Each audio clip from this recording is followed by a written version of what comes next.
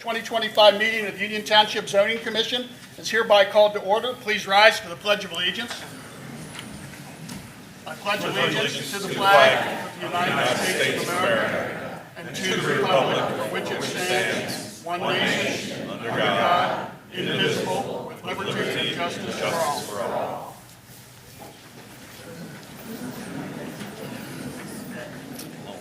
Mr. McCormick, could you please call roll? Yes. Mr. Wade. Here.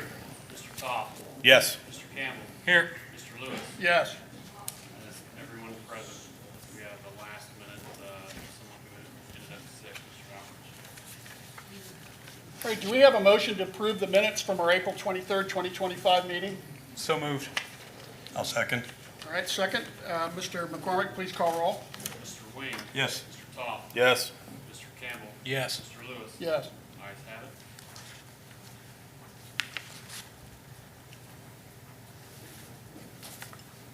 Mr. Campbell, could you make a statement regarding the proceedings tonight? Yes, Mr. Chairman. Thank you. Prior to the hearing of the case this evening, we want to provide a brief overview about the process.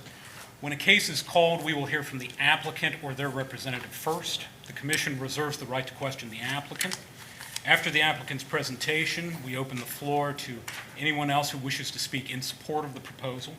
Then we will open the floor to those wishing to speak against the proposal. Those wishing to speak must fill out and provide us with a speaker registration form located at the back of the room. All speakers must speak at the podium and into the microphone for recording purposes. Each speaker must identify themselves for the record. The commission reserves the right to question a person speaking against the proposal. The expectation is for speakers and observers to maintain the professional decorum of this meeting at all times. We understand and appreciate that individuals are passionate regarding their positions and preferences. However, this meeting cannot properly function if it becomes unruly. We ask that all speakers be conscious of the time and that speakers be concise and avoid making repetitive statements where possible. Once those in opposition to the proposal have spoken, the case will be closed for public comment. Discussion at that time is limited to the commission, although the commission may ask questions of zoning staff, the applicant, or individuals in opposition.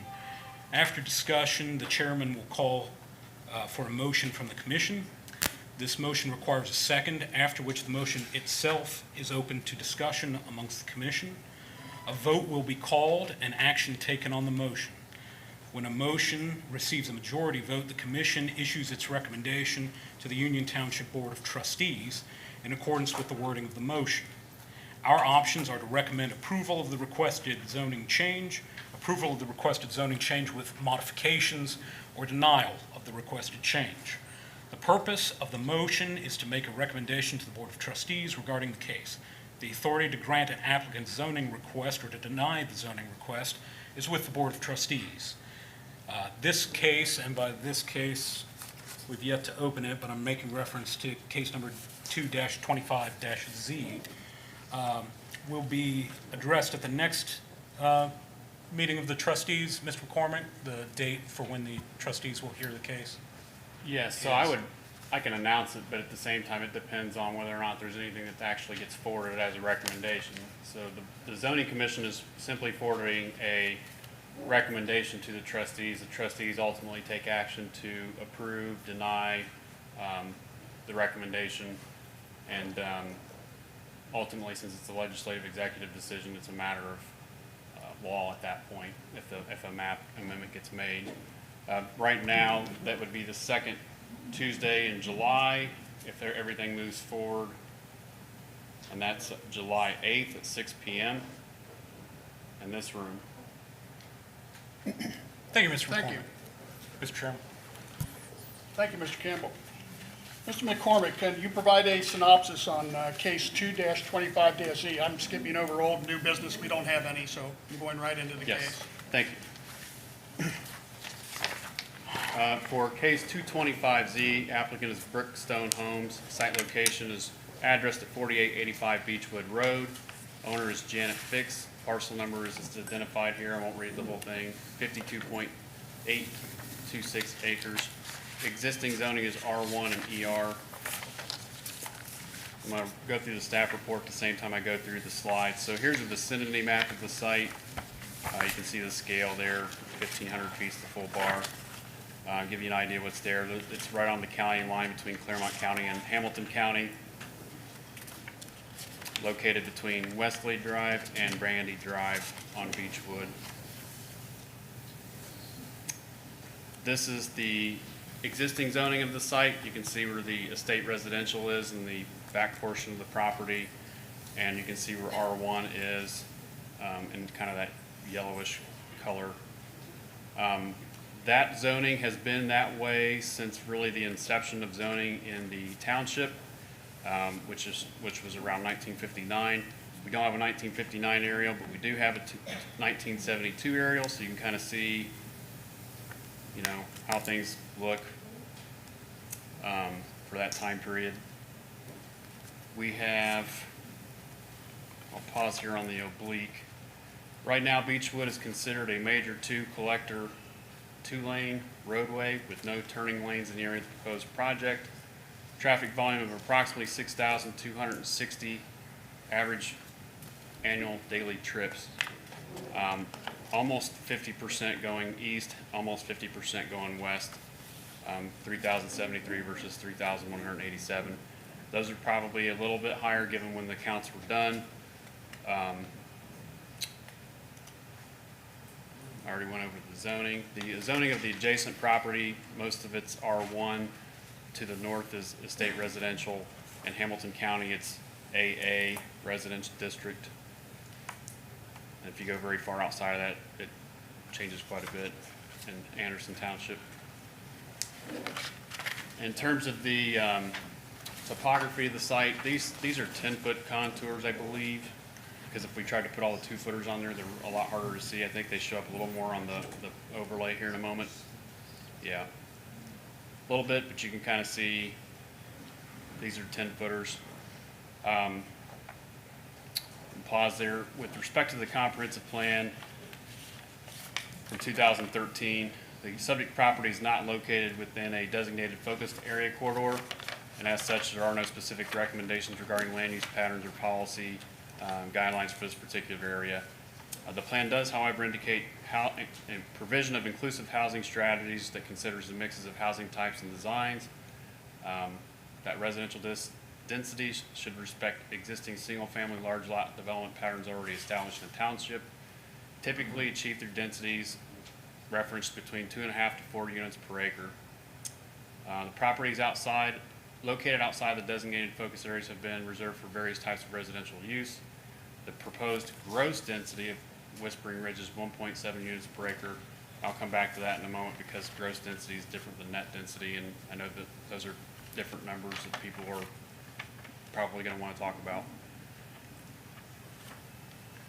I referenced other sections of the comprehensive plan, or actually not just the comprehensive plan, the zoning resolution. So Articles 6, Sections 650 to 659 of the zoning resolution are the sections most applicable for the R4 designation. R4 is not necessarily inherently mean that there's more density for a project. The R4 is reserved for a residential plan unit development rather than just a simple plan unit development. Typical plan unit developments in the township will also have commercial and industrial components or institutional components, and this is not one of those scenarios where that's proposed. So this is the existing site with the topography at 10 feet. This is the proposed overlay plan. This is the zoomed in plan. You can see a little bit better, still a little hard to read.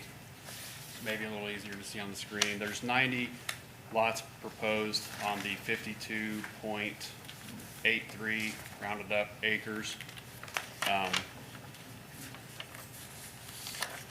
I'll leave it on this one here for a moment. Some things related to the plan development to consider. There is a process specific to amending the R4 PD plans. If there are significant amendments, those come back for review through a zoning process, public hearing process, which was probably more significant than just a normal replatting process that one would go through for the county for the subdivision itself. So as I mentioned earlier, tonight, and maybe I maybe didn't mention it as clear as I should have, tonight what we're really looking for is a recommendation regarding whether the use, the densities proposed are appropriate or not, because essentially the reason for the request is that the applicant is asking for an R4 plan development to allow for, depending on how you're going to look at it, at minimum 5 lots more than what would be allowed by right, up to maybe 10 to 15 lots, depending on how things are shaped by the road right-of-way and so forth, and also the minimum lot sizes that are proposed are less than what's allowed within the R1 particularly. And I'll come back to that. But basically, in this phase, we're looking at the use and the density and whether or not, for example, there are any attributable impacts to health, safety, general welfare. We look at adherence to the community plans, including the comprehensive plan. We look at impact to infrastructure and services. That is done kind of on a broad base, because what will happen if the project would move forward, whether it's at the current density or less, if it proceeds as by right, it will go to the county, and the county ultimately has control of the subdivision review process. And that's where, you know, your engineering work gets done, your surveying work gets done, you know, your geotechnical analysis gets done, your traffic analysis will get done. I mean, typically we advise the applicants to talk to the county folks before they come in for the rezone for these things, so that they know what they're dealing with. But at the same time, your detailed work is what happens after the initial zoning occurs, if that's what has to, if it's even necessary to happen. So again, the properties R1 and ER. ER was originally S1, special use, established in a township. That's why I put that earlier slide in there. There wasn't much there in even 1972. I don't think it would have been much different in 1959, considering what was there in 72. Property appears to have been agricultural, crop and woodland areas, low density use, residential uses in that time frame. In terms of the proposed plan, we have a mixed density residential plan development for, and reference to the applicable sections of Article 6. We have 90 proposed buildable lots on that 52.826 acre site. There are 5 lot types and sizes. There would be 9 1-acre lots proposed, 5 90-foot by 140 lots, which are 0.27 acre lots, 32 70-foot by 130-foot lots, which are 0.21 acre lots, 28 60-foot by 130-foot lots, 0.18 acre lots, and 16 50 by 130-foot, 0.15 acre lots. The larger lots proposed are generally along the perimeter of the property, which are also typically including natural open space areas. Vegetative buffers are designed to be 50 feet or more, except for a couple of small areas, one in the northeastern portion of the property and another in the northwestern portion of the property. In both cases, there isn't anything apparently developed within, well, about 600 feet or more. Although some of the minimum lot sizes are smaller than the adjacent subdivision lots, these would be concentrated within the central portion of the property. So the smaller lots are in this area. Your bigger lots are on the northwest. Your next biggest lots are here where these flag lots are, and then your ones that are around a quarter acre to maybe a little more, a little less, are these lots around the ring. The ones in the center are your ones that are under 0.2 of an acre. Proposed density, gross density is 1.7 units per acre, which in talking with our township administrator, who was in my position for about 15, 16 years, he said that's generally how they would refer to the density for a project, is by gross density. You can come to a net density, which would be a different number.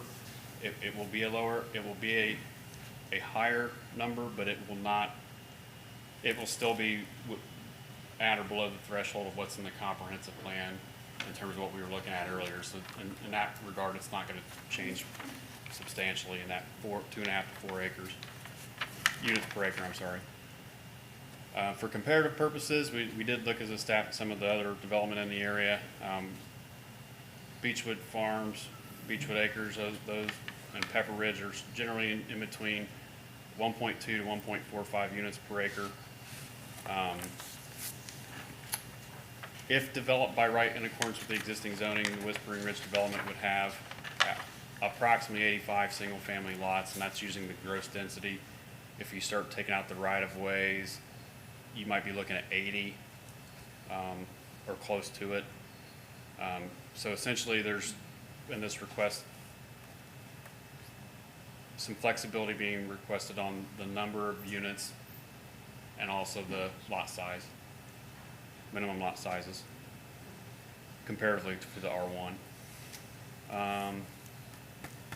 As a result of the flexibility that's being requested, the applicant is offering more open space area, or what they've termed natural open space areas, than what is required. You got 34% provided versus what is required with the 20%, than what it would typically exist in a conventional subdivision. The proposed housing is all single-family detached housing, predominantly one-story structures with subterranean basements and a garage. Somewhere between 1,500 square feet and 1,800 square foot minimums. And with those, I'll show this here in a moment with some other pictures. Just for the board's knowledge, the 50 to 60 foot lots, they're anticipating the homes that they would be looking at would be $500,000 to $600,000 homes. For 70 to 90 foot lots, we're looking at $575,000 to $750,000 homes, and the bigger lots, 1 acre and up, were $900,000 and up. Order, please.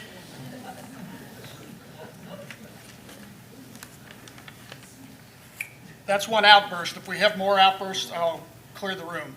Thank you. Please proceed, Mr. McCormick. Proposed minimum setbacks for all the lots. Front and rear yard setbacks would both be 25 feet. Side setbacks would be at least 5 feet. Proposed larger lots would allow for greater front and rear setbacks if desired. Come back to that here during the recommendation section. Proposed street leading in the development, tentatively called Fallon Way, consists of a 50-foot wide road and utility right-of-way that would have a 6-foot sidewalk on one side that connects to Beechwood Road. Although no stubs to adjoining property emergency access areas are shown on current plans, this is an item that could likely be accommodated by the applicant, and this is a recommendation by staff if the project would move forward. The interior streets would be designed at 50-foot road rights-of-way with 10-foot utility easements on both sides and 5-foot sidewalks. A walking path was also proposed adjacent to and surrounding the largest stormwater basin in the southwestern area of the property. No landscaping plans have been provided. However, the applicant has included large, quote, natural open space vegetative buffers as mentioned earlier. And I gave you the width in there earlier, minimum 50 feet. Some of those are, I think, well over 100 feet adjacent to existing development, in some cases much more, typically where you've got hillsides. In accordance with the code tonight, we're between Article 6, Section 680 to 687, and Article 4. The Zoning Commission's role again is to make a recommendation to approve with modifications, or to not deny the request for zone change, and forward that to the Township trustees. So again, here's our proposed layout. The proposed street sections are in here, both for the street leading in and also the interior streets. This slide shows the proposed signage. There's 2 locations, one out by Beechwood Road there, tentatively shown, and then one where you get into the interior development where that curb would be. And I can kind of show you where that's at from the staff pictures of the site. These are the proposed images that we received of what some of the homes might look like. You got type A, type B, type C. Example type A. These are examples of type B. These are examples of type C. I have some other pictures I'll show here at the very end of some other homes that are possible for the bigger lots that they sent us some information a little later on about. So these are the site pictures that we're taking. This is looking northeast from the existing proposed Beechwood Road access where the driveway is. Oops. And this is if you kind of walk back a little bit and look same direction northeast from the proposed Beechwood Road access. This is looking southwest at the road, which would be your existing intersection, proposed intersection. This is it. If you walk back in a little bit, you can see there at the neighboring property, southwest. This is looking across from existing and proposed access there at Beechwood. See what's there. This is looking northwest from the entrance, Beechwood. If you travel back, see northwest, this is what you'd be looking at if you were on the driveway looking to your northeast. This is, I believe, the Nyer property. This is looking southwest, more or less to your left when you come in as you're traveling back. If you go further back, this is again looking on the southwest part of the driveway towards the back of the existing homes. This is looking northwest. I think this is one of the bends in the driveway. This is looking back east to southeast from left to right. This is looking southwest, southeast to southwest. This is where the bend is. The more significant bend is this tree line here is what they're proposing to keep as the natural open space vegetative buffer area. This is looking southwest from the existing driveway access. This is looking north to northeast from the existing driveway access from left to right. And this is looking back towards the way you come in from towards the east. This is looking northwest from the existing driveway. This is looking from north to northeast from existing driveway near the house. And this is looking behind the house southwest. In terms of the staff comments, the applicant would need to, of course, address the concerns of other departments and agencies. These are including but not limited to the county engineer's office regarding access point, road design, county soil and water conservation, county water and sewer district, building department, including comments related to stormwater management. That's when and where that gets reviewed is through the subdivision review process. The fire department, particularly more for like the emergency access situations and other departments having jurisdiction. Applicant would need to provide a lighting photometric plan for the proposed site. All lighting would need to be noted as inward or downward directed and shielded, dark sky compliant, and be of sufficient intensity to illuminate without projecting onto residential property. And we look for something typically less than 1 foot candle at the property line, and particularly residential to residential, we're probably looking at about a 1/2 foot candle or less, which is low level lighting residential, not somebody's spotlight they put on their garage, and which would be illegal just for the fact that it shines outward at this point. Details and specs of the proposed lighting would need to be provided. I think they are proposing post lamps at each property, but the applicant can address that particular item. The final signage plan would ultimately need to be submitted, even though we have an idea what the signage would look like. That could change a bit, and the locations could change a bit. That's an item that could be handled administratively. The applicant would need to provide statements on updated final plans to affirm that no structures would be allowed or permitted within the 50-foot minimum, quote, natural open space areas along the boundary of the site, particularly those shared with the Beechwood Acres and Beechwood Farms properties, to just ensure that those areas aren't getting cut down, structures aren't getting put in there, things like that.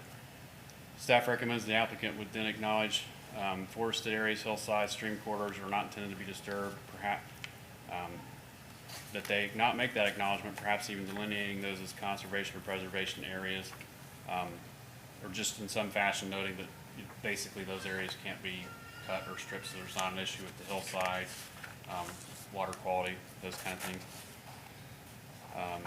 Staff would recommend that the applicant provide one or more steps to adjoining property for emergency access or future access areas. again, in coordination with the fire department or county engineer. And as of June 17th of 2025, we had some other administrative items that would need to be addressed as set forth in Article 6, Section 656 of the zoning resolution. These items were included, but were not necessarily limited to adjacent parcel information, particularly existing land uses within 200 feet, inclusion of typical cross-section of landscape buffer yards, location design of all lighting, existing topographic features to be clear, conspicuously labeled at 2-foot intervals on the site, etc. Ultimately, we would have to have a revised development plan. I mean, if the project would get rezoned, all the way through both the township, zoning commission and the trustees, we would still have to receive a development plan that we could approve. Typically, there's going to be a lag at that point when the zoning process is complete, or if the zoning process is not necessary, the applicant will then go to the county plan commission, and as a result, go to all those other agencies and get approval for the various things they're looking at. You know, for example, stormwater, that's a big particular item of concern. That's where the volume velocity of the project is getting looked at, so that the impact of a project is not such that it's going to increase the volume or velocity of the water that's leaving it to the adjacent properties. They look at, the different departments are looking at all those other things in more detail that I mentioned earlier. Is geotechnical included in that? Geotechnical Yes. survey? Yes, should be included as part of that. One other thing that I did forget to mention as I was going over the traffic information earlier on in the report, I did get there were a lot of comments received, and some of those comments that we did receive were for safety and traffic information. And although the township does not maintain Beechwood Road, it's a county maintained road, so again, they're in control of that road and what happens to it. I did get the accident information, traffic crashes. So for the last 5 years, in terms of what's been reported and what the police have been involved with, there have been a total of 50 crashes, 42 that were non-injury, 8 that were injury. The one place that was the worst by far was the intersection of Beechwood and Summerside. It was almost a quarter of what happened there in terms of the reported crashes, which doesn't really surprise me, probably doesn't surprise anybody that drives through there. So I did have that information from the police department. And we had 46 letters that were mailed out. We had 14 comments that were received. We forwarded all those to the board members. With that, I think I'm ready for any questions that you might have for me as a staff. No, I think we'll move on to the applicant. Thank you, Mr. McCormick. Thank you. Would the applicant please step forward and present their case? Please identify yourself. Thank you. Pat Munger, I'm representing Brookstone Homes. Got Andy Jones, also with Brookstone Homes, and our civil site engineer, Nick Salhorse with Choice One. All right, thank you. I want to, obviously don't want to repeat the whole staff reports, it's not necessary, but Sure. just want to cut to the chase. I know we got a lot of people here. Looks like, I think they ran out of slips for people to talk, so they had to make more. So I'm assuming there's going to be a lot of people with comments. So we have no issues with the staff, the 7 recommendations, and just would point out that, again, the Horizon 2030 Comprehensive Land Use Plan identifies this area as densities that we're comply with, and we're within those ranges that have been talked about and approved within that plan. The overall concept, we tried to, we feel like we created the natural buffer around the development. We clustered the smaller lots towards the center of the development, trying to maintain the have the larger lots around the perimeter, as Mark pointed out. So obviously one of the issues at hand tonight we're talking about obviously is the lot size and the lot width change that we're proposing. And we think when you look at the balance of the community, we think we've created a diverse community for the folks here in Union Township. Our open space exceeds, just like our density is under the thresholds that are talked about. So again, we agree with the conditions, and we feel like we have a diverse, multiple different size lots and product types. I don't know, Andy, if you have anything to add. Other than that, we'll I've got answer any questions. I've got some Sure. questions, and with Sure. your history with the county, I think you'll be able to answer those. There's been a lot of discussion about, and information provided to us about geotechnical issues, sinkholes, soil types, and especially the steep slope areas. What knowledge do you have on the sinkholes? I know that the area is mapped, the Ohio Department of Natural Resources has, they have a map, a karst feature map of the whole state of Ohio. And, we've looked at that. Nick can speak to that directly, but I believe all of the developed areas fall outside. There are some, areas within this piece of property that are, identified as either possible sinkholes or actual sinkholes. But all of those areas that are marked and mapped currently on the ODNR's website fall outside of the buildable area. So again, much like I think comment number one or condition number one, there's a plethora of county and state agencies that we'll have to go through to get the final blessing to move forward with this zoning, as you know, is just the very, very first case. We don't have all of the answers in terms of all the final reports. We're not going to create those final reports until the appropriate time. But we did speak with some of the county agencies, some of those threshold. We talk about access, that would be the engineer's office. Talk about traffic impacts, again, the engineer's office, water, sewer, and the like. So there was some contact and some dialogue with the county agencies on the front end, like Mark suggested that we do from the development. So as a development side, there's no one more interested in knowing all of the details about the development, good, bad, or indifferent, because it's going to be a significant investment, a lot of time, a lot of effort. So we want to know as much about the development in terms of what we're going to have to deal with from a construction standpoint, from a development standpoint, as anybody. So we'll, not only are we required to reach out and get approvals from all the state and federal agencies, it's something that it's part of the natural progression of these types of projects. All right, you mentioned the sinkholes fell outside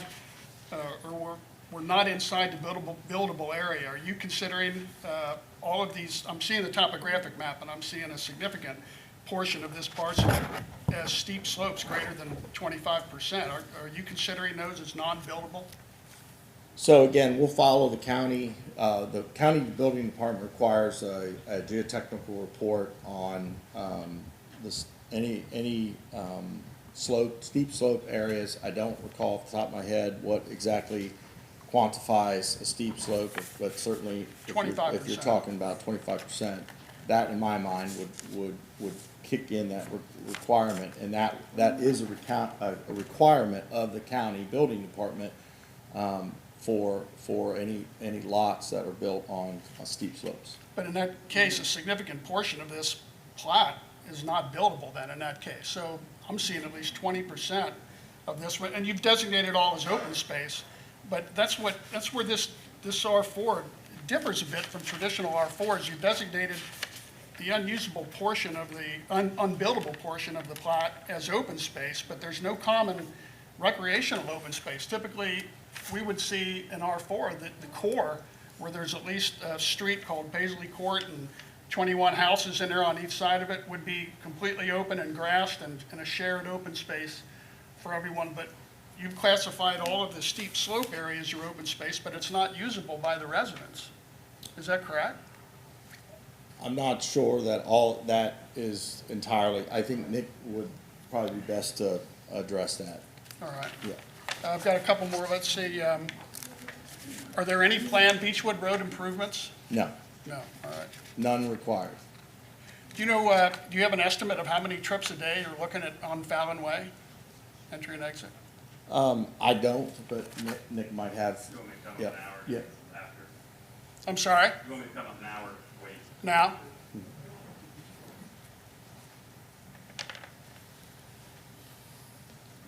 Could you repeat the question? I'm Nick Yes. Selhorst with Choice One Engineering. The estimated number of trips on Fallon Way with the 90 homes? So we reached out to the county engineer's office, and the county's access management regulations require a traffic impact study if a development is expected to generate more than 100 peak hour trips. And for 90 homes, 76 of which are targeted towards empty nesters, that generates, according to all the manuals, 46 peak hour trips in the AM and 54 in the PM. So that's well below the county's threshold for even requiring a traffic study. But overall, we're looking at hundreds of trips a day. Yes, yes. Have there been any, what plans do you have to mitigate the impact of that driveway becoming a major thoroughfare to the houses along Orland Road? Is it Orland Road? Yes. I believe so, Orland Road. So there's 10 houses bordering Orland Road that would be dramatically impacted by that level of traffic. What procedures have you put in place for mitigating that impact? So there's no connection to Orland Road, so I guess I'm confused But the road why. runs directly behind the backyards of those 10 houses on Orland. You're saying the entry road Right, the entry road runs, where the current driveway is. it is exactly, it's directly behind 10 houses that would be dramatically impacted by that level of traffic. Sure, I see what you're saying now. I apologize, I wasn't following. I thought you were talking about the other side of Orland Road. On the west side of the driveway now is a Duke power pole easement. So, you know, in some situations, say we could plant a vegetated buffer there. With the easement there, they don't let you plant trees in there. So this current plan does not show any kind of buffering in that area. All right. Not that it can't, but this current plan does not show that. Okay, and on the open space, is there a reason why there is no recreational open space included in this R4 plan, which is typically an R4 plan requirement? So I can explain the thought behind the open space. So All right, with the adjacent subdivision to the south, it was desired to keep as wide as possible vegetated natural buffer. So the big trees you see there now, that will never be developed on, that will stay All right. vegetated. And that's 75 foot deep, in the pinch point areas, it's at least 50. And then there's the recreational area around the retention pond, the walking area. a walking This- path around the Correct. stormwater management? And I then see the it. stuff kind of beyond that, where it gets steep, is again called natural open space. You want to preserve the vegetation, to hold the hillside, to keep the nice trees. Well, when you say preserve, I mean, what are we preserving it against? If it's non-buildable, it's non-buildable. There would be no cause for it to be removed. As a matter of fact, I believe, doesn't the county or the state have regulations on eliminating timber and trees on steep sloped areas, especially if they're going to impact the stream that's below or downhill from the impact?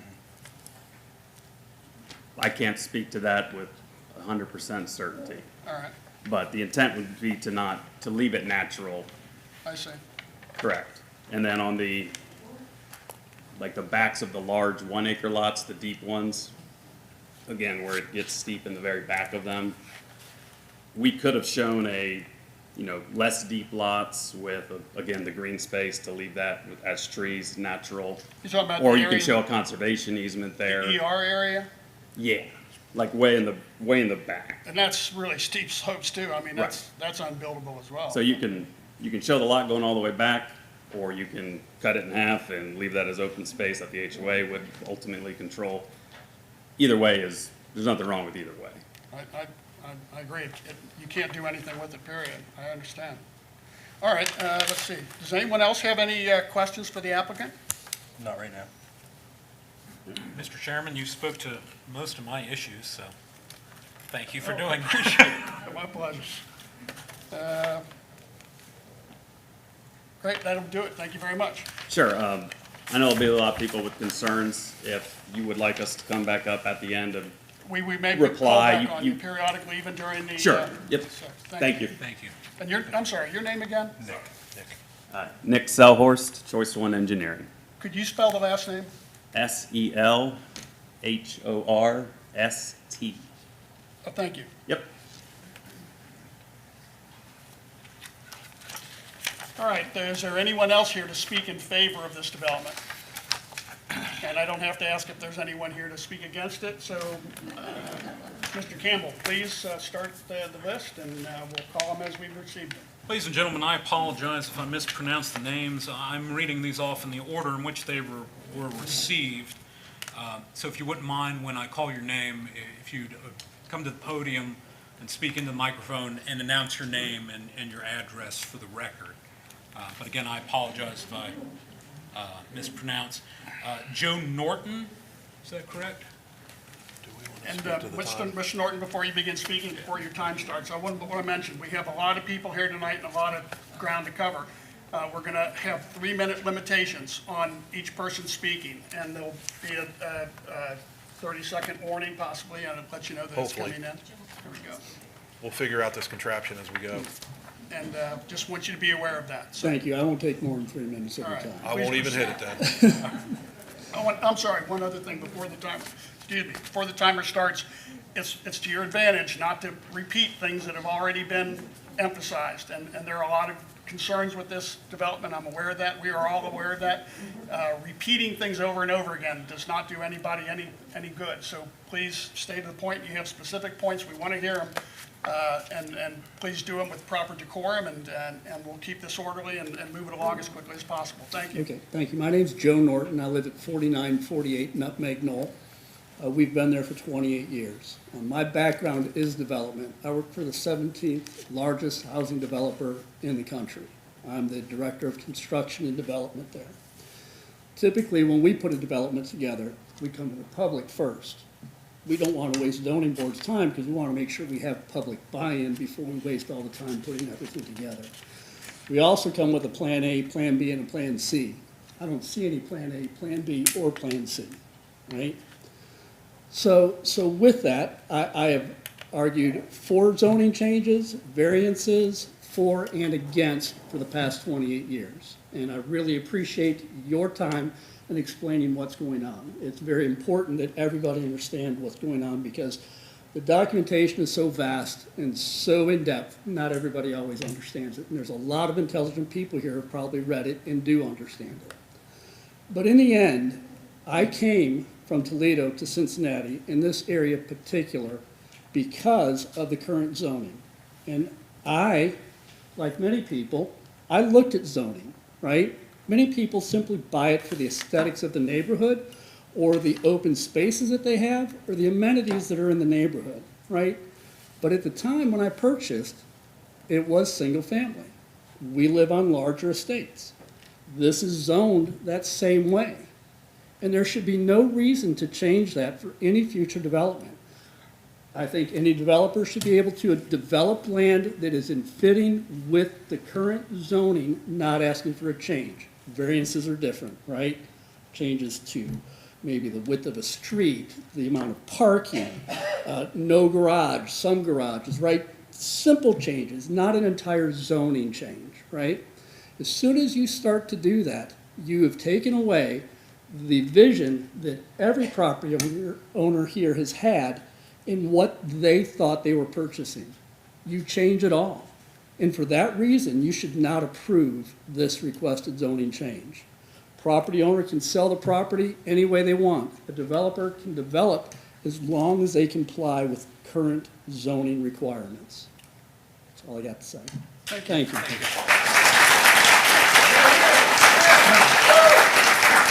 All right, order, please. I would like to make a point of a notation here.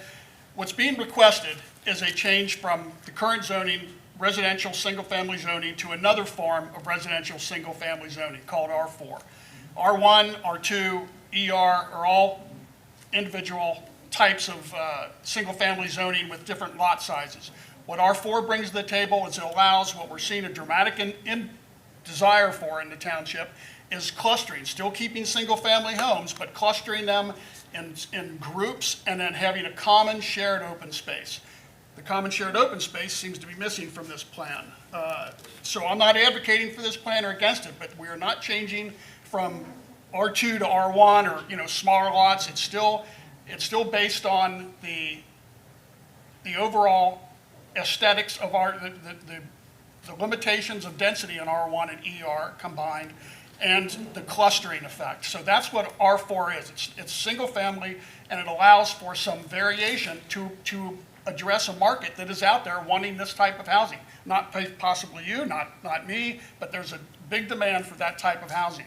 And the 2030 plan, it approves this and recommends this to be considered. For any time someone looks to make a development, they're asked to include a consideration for an R4. So it's part of the process.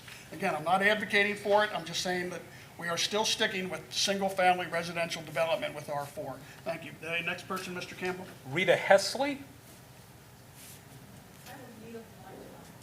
Thank you, ma'am. She yields. Okay, So, thank you. Angela Myers?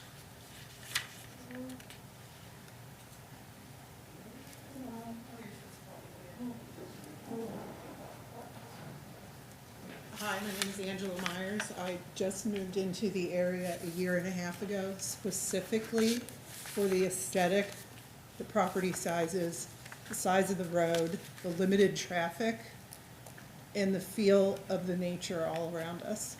And I am vehemently opposed to this development because you're going to take all of that away, and it's the reason why most of us have bought our homes in that area. Thank you. Thank you. Thank you.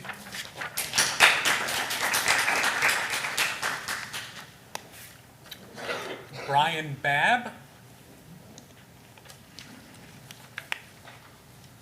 Hi, I'm Brian Babb. My wife and I, we live in Apollo Fields. We've been there since 2004, and so we're familiar with the area and the traffic, you know, on Beachmont. We're very concerned that this development will contribute to traffic congestion and pose safety concerns. I've otherwise, won't take up more of your time, but I've prepared a letter and I'll just provide that to you with comments. Thank you. Thank you. I'll just put that with his sign-in sheet.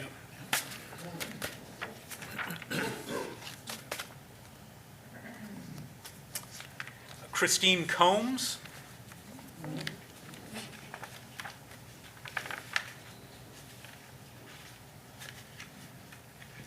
Hi, my name is Christine Combs. I live at 4770 Beechwood Farms Drive.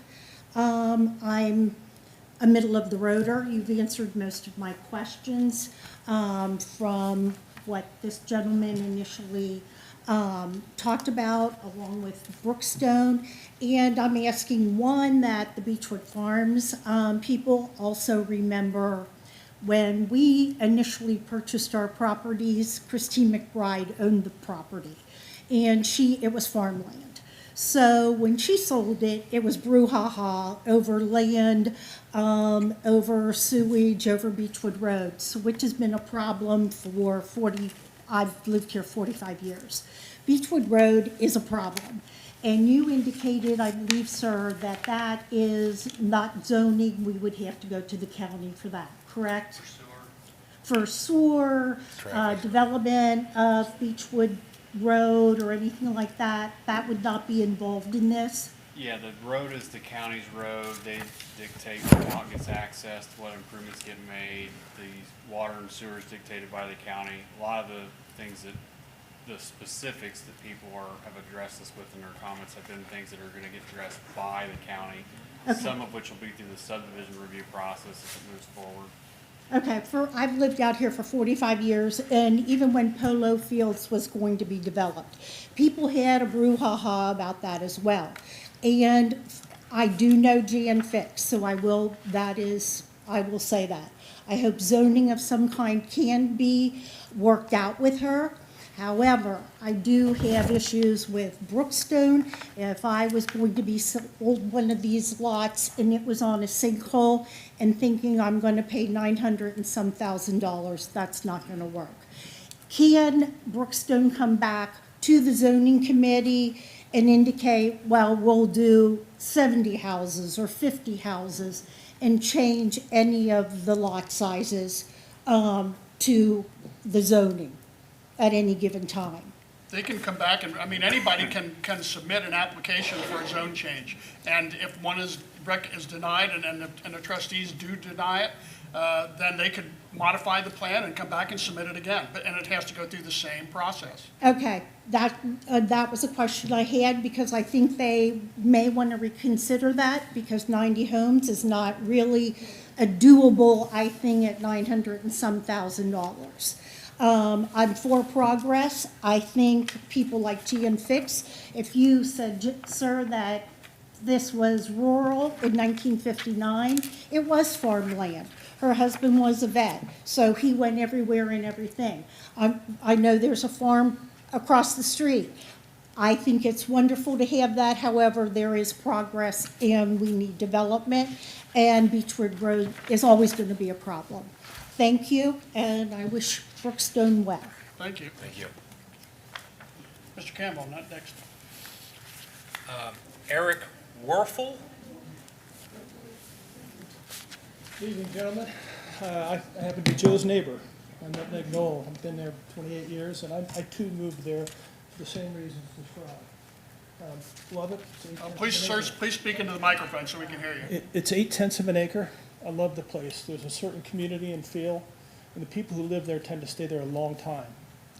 I understand that developers trying to make a dollar, and I'm in business development also, not in real estate. And I'll make proposals that will put me in the most favorable position possible and negotiate from that point. I also understand the cluster concept. You're trying to achieve something here. But I think there's incumbent upon you a responsibility to get the most value, have the least impact on the surrounding community.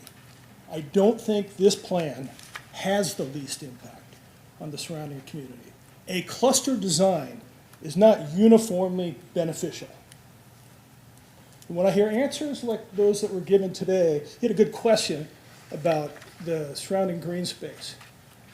My interpretation of that answer was, these are the most number of homes I can build on that lot. I've squeezed them in there. That's the point at which I'm going to start negotiating from. Okay? I've set myself up in a good position. I'm concerned about the character of this firm. If they're going to come off that and really do the right thing. Gentlemen, I beseech you, make the most use of this property. This is not the most use of the property. We can do better. We can not impact the surrounding community. He could still get a return. This isn't the right plan. It just isn't. Thank you.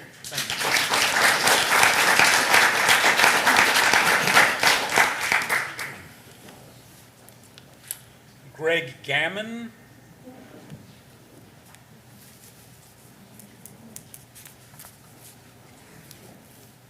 Hello, gentlemen. My name is Greg Gammon. I live at 456 Winford Forest in Lane in the Beechwood Farms community. This is really the first time I've ever looked at this paper and had a chance to go over it. And the idea of 1.7 units per acre, looking at the surrounding, what they call green space, it's not developable. So you can't count that in your calculation as per acre. Yeah, but 30–40% of it is not even developable. So calling it green space is more of an excuse than it is an actual claim. I want to know why the larger houses are on the perimeter. I also want to know what those red houses are. Why is it red? Go ahead and respond this one time. Thank you. Yes. I don't know if it's printed well in the legend, but those are 90-foot lots, like that hatch legend. So you can see the colored boxes kind of in the middle. Yes. Like when it plotted, there was supposed to be a red box, which there is on my sheet, that says 90 foot, and that's those 5 lots. So it's a color code based. It's color coded based on the size. That's it. There you go. Thank you. Sure. Thank you. I appreciate that.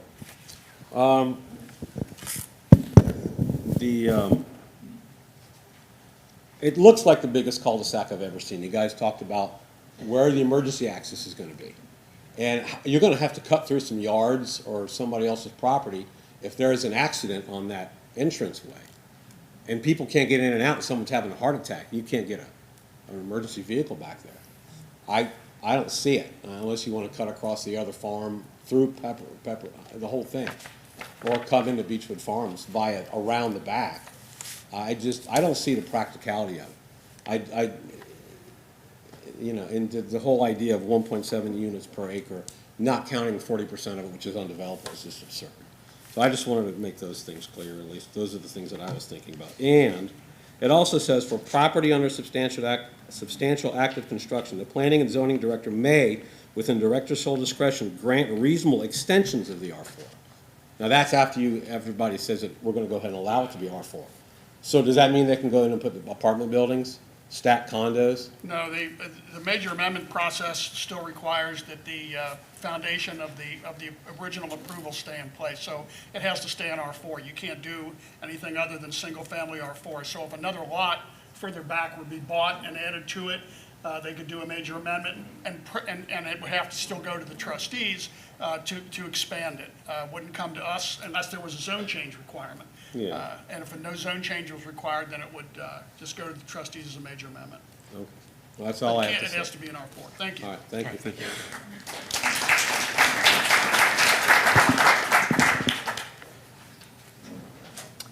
Jessica Gibson.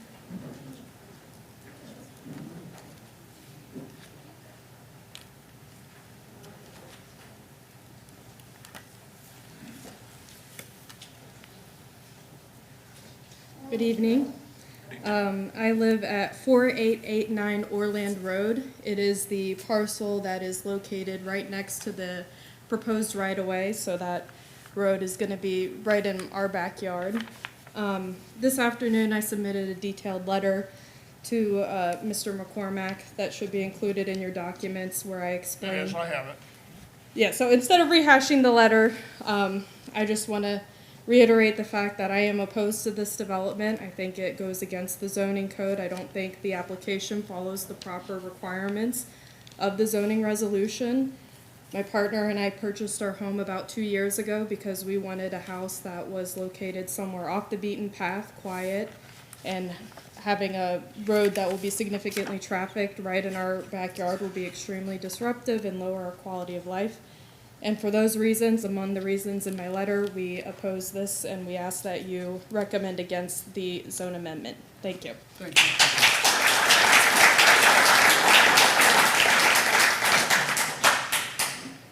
Nathan Hudspeth.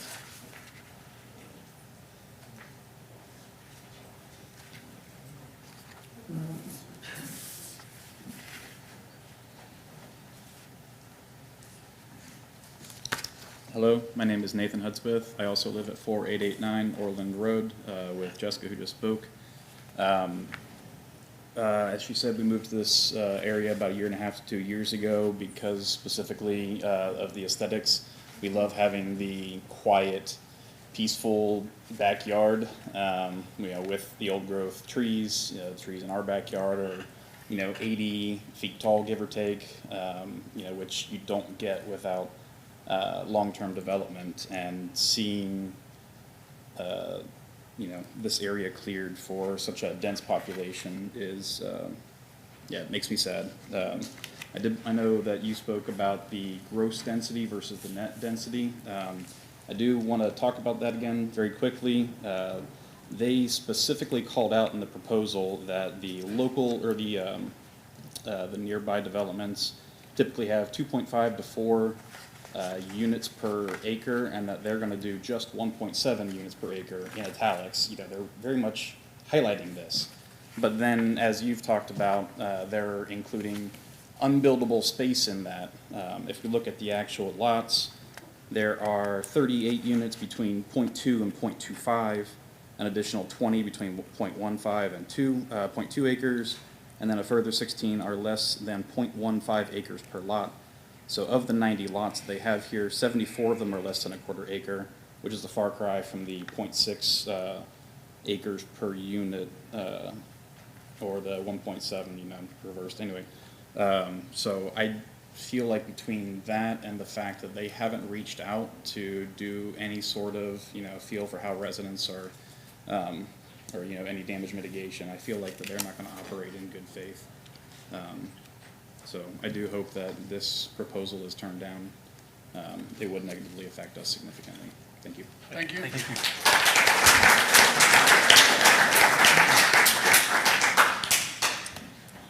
I apologize for this one. Jim Cohouse? Coes. Thank you, sir.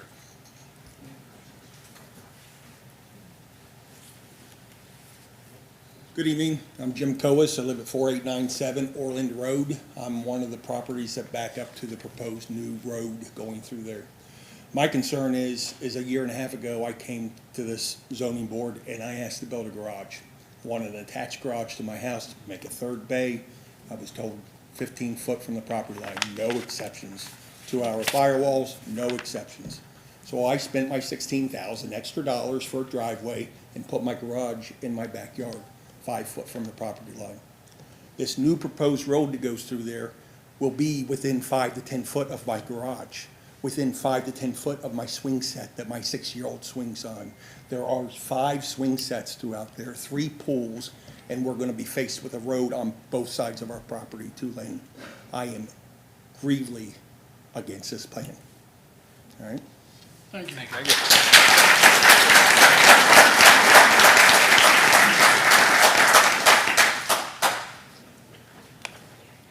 Steve Wenke?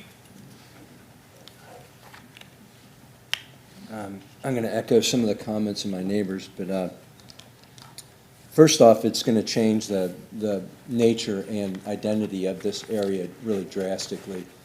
I guess my primary concern when I listen, and I appreciate the chairman's, some of the chairman's questions. So I'm calculating, number one, and I know this is something that could be dealt with the county, but the idea that it would only be a certain number of trips for the cars, I thought was very, very low as an assumption. If we just say that there's 180 people that go in there, that would be 360 cars, typically, 360 trips, let's say 2 cars per. Let's go back, 180 facilities there, 180 houses, 360 cars to that.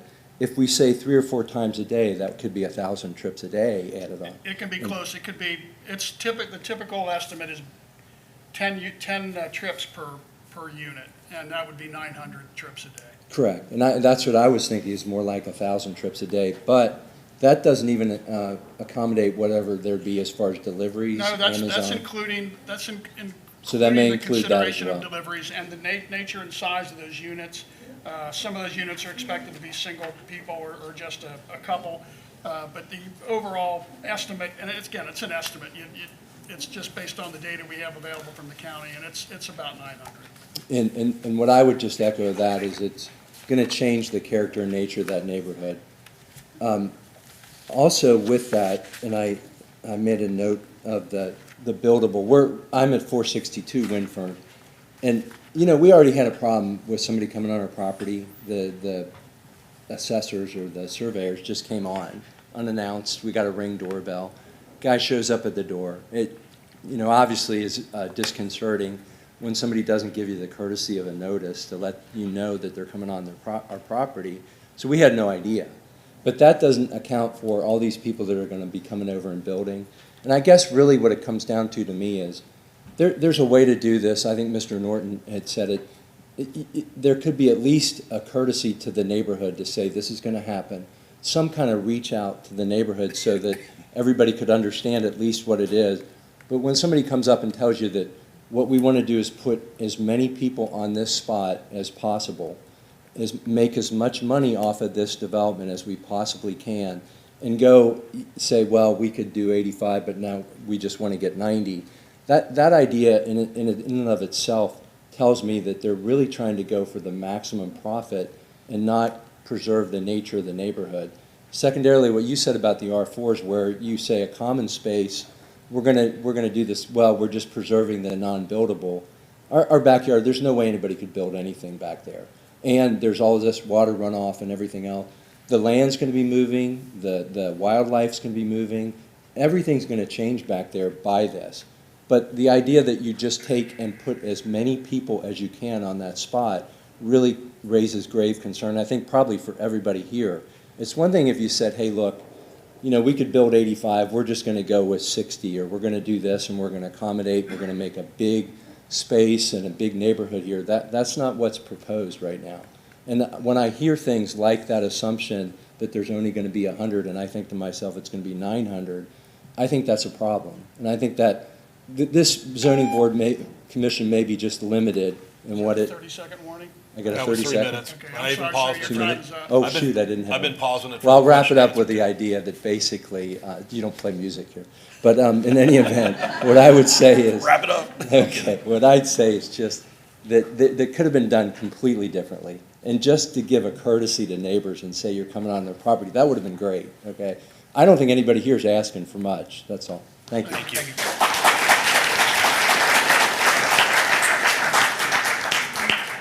Brian Willis.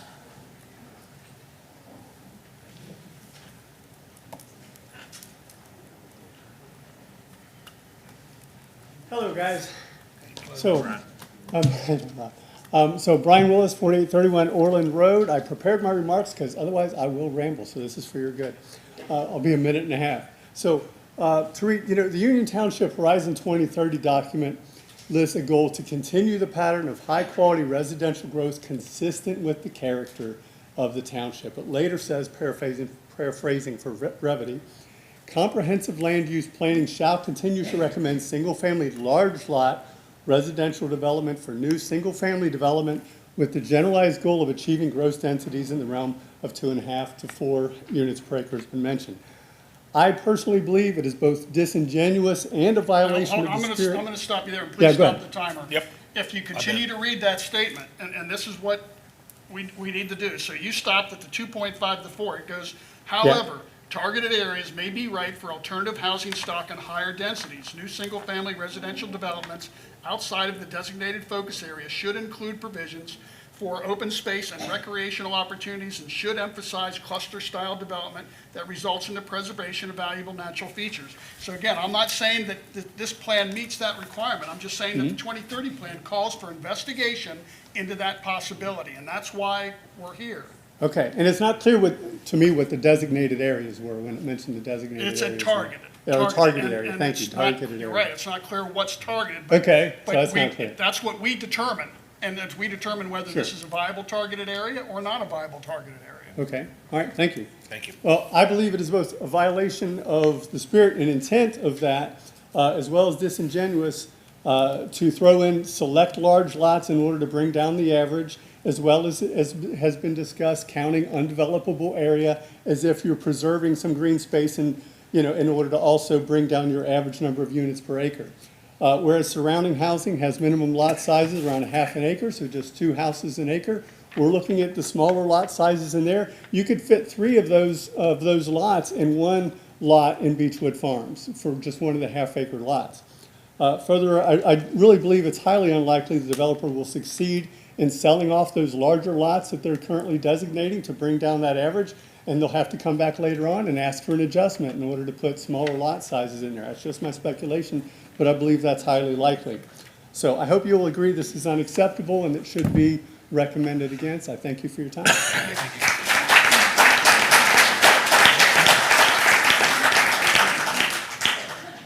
Nolan Simmons. Hi there. My name is Nolan Simmons. I live at 4877 Orland Road. A lot of my neighbors have been a lot more eloquent and well-researched than I am, so I'll keep it very brief. But I think that this development does not go with the spirit of the neighborhoods around it. Even the design of the homes. I mean, I'm not an architect, but what are they, craftsmen or something like that? They don't look like our neighborhood, or it doesn't look like the homes in Beechwood Farms. You know, it does not go with the spirit and the style of the neighborhood. And also, I think that this very obviously shows that there isn't public buy-in here. We have people from, 3-4 different neighborhoods who came out. I don't imagine you guys get a large draw for your zoning board meetings all the time. These people came out, took the time of their day to come out and express their opposition to this project, and I would like to, make my opposition clear as well. Thank you for your time. Thank you.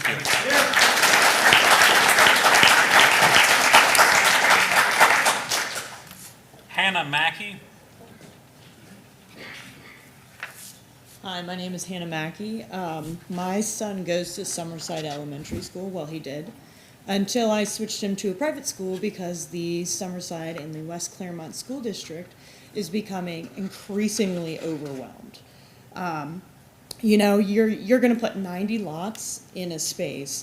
You're saying that 76 homes are gonna be, these empty nesters and stuff like that, but what about the people that do have the children? How is the bus gonna get down there? Has there been an impact study on the West Clermont School District or anything like that? All of these apartment complexes that are coming in here and building, and all of these children, we're not able to actually handle that. Have you seen any of the schools and stuff like that? They are struggling to help these kids. And now we have to try to go to private school because we know that that is where our kids are going to flourish. 70% of the families that attend Summerside are poverty level. These people that they're experiencing that, they're not going to be able to afford these $500,000 homes. It's just, you're going to create a massive problem with the school district. You're going to create a massive problem with traffic. You're going to, everything. Like I said, how is the bus going to access this? I'm more worried about the children of our community. You're saying that there's a green space, but your kid is going to go outside and be in your neighbor's front yard. So where is that? In our community, we can go out in the backyard. My son and I play baseball, we play basketball, we play everything. You're not adhering to the community that's around you, and it is about these children that are in these communities as well. You're going to say 76 homes are for empty nesters. Okay, well, what if they're not? What's going to happen to the school district? Right, there's no guarantee. There's not at all whatsoever, and you're just going to overwhelm them more. And the poor teachers that have to deal with this, it's saddening. And having my son switch this year is going to be the best thing. And it's so sad for West Clermont because I went to Summerside. It was a wonderful school. Not anymore. Not because they put all of these gigantic developments where they're shoving everybody, cramming everybody in. It's crazy. It's crazy. So just coming from a mother of the community and stuff like that, it's becoming overwhelming. It really is. And it's so sad that I have to take my son out of a public school that, that our taxes are paying for because he's not able to get the education that, he needs to get. It's sad. So that's what I have to say. All right, thank you.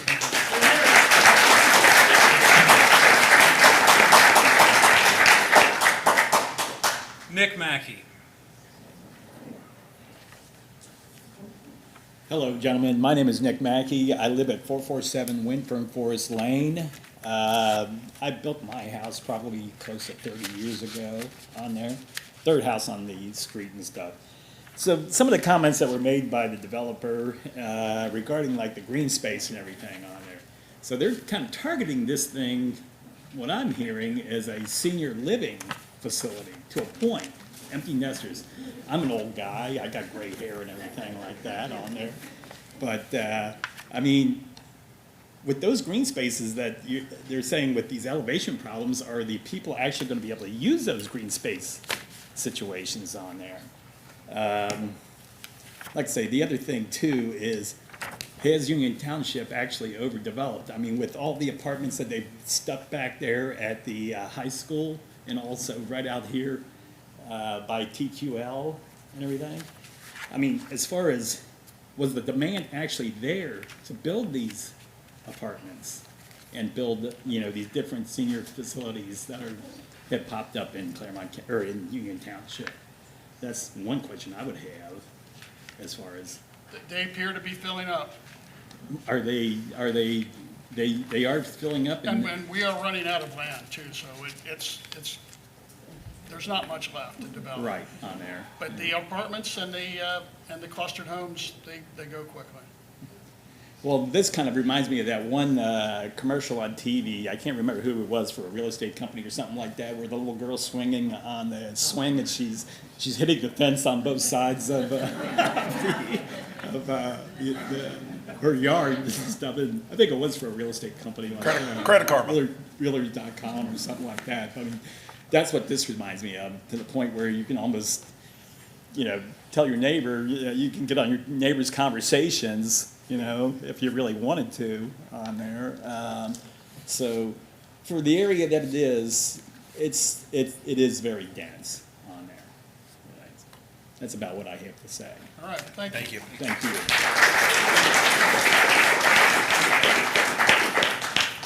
Nicole Klett.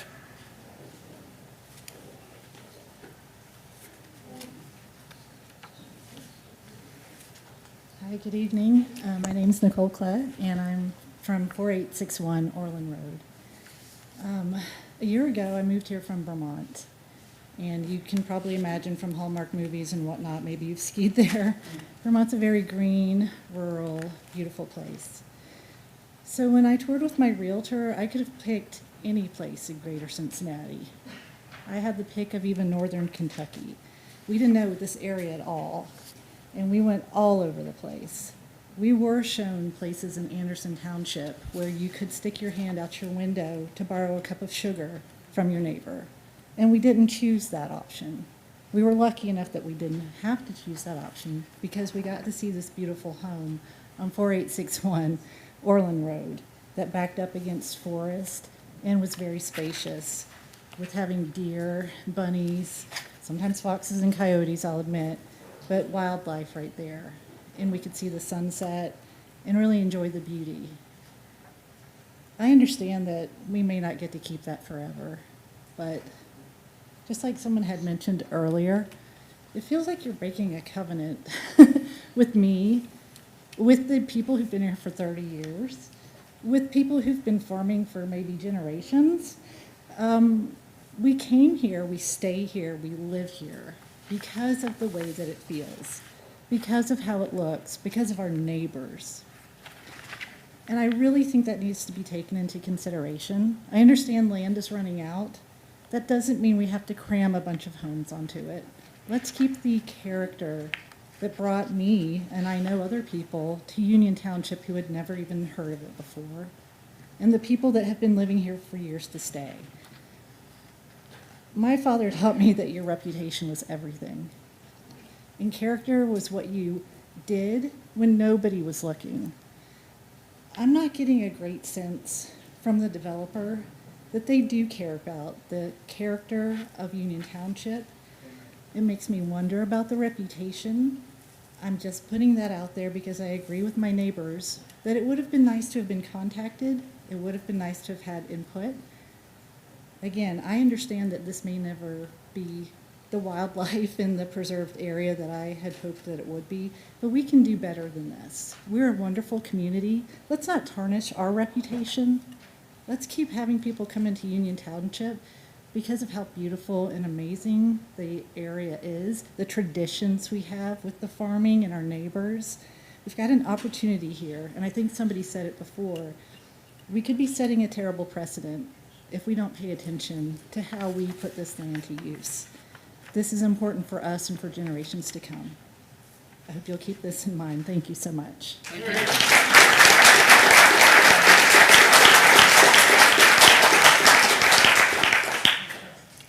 Leanne Klett.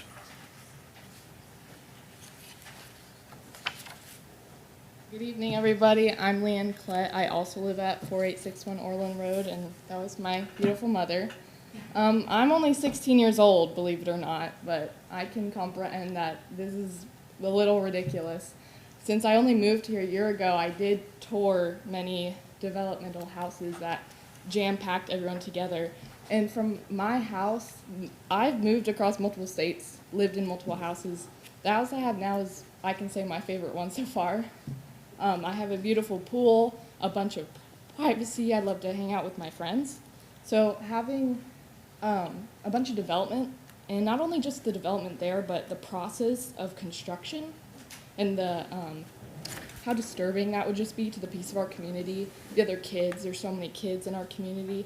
That would be just really awful to have, like, growing up.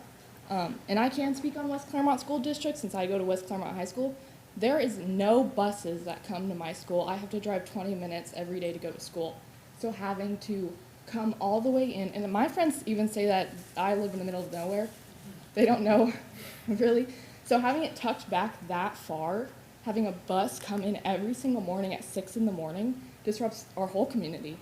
And since there's no guarantee for West Clermont school districts to have a bus, you know, kids and parents are going to be filing out every morning. Along with the busyness of our roads that we currently have, I'm on that road all the time, every day, now that I have my license. But it's incredibly busy, and there has been like a crash recently, took the power out. Imagine having to go along with that whole neighborhood a power outage. What are we going to do with that? Duke Energy is going to have to get up really quickly. I mean, it's hard to have your power out when you're trying to watch Netflix and stuff. But anyway, I'm here talking for the kids of the community and how there would be a bunch of disruption in not only us growing up and trying to live our lives and a beautiful backyard to play in, but I love my house for my privacy. I live right backed up to where one of those really cramped houses would be, and that just would not be very good for me, but the rest of the community.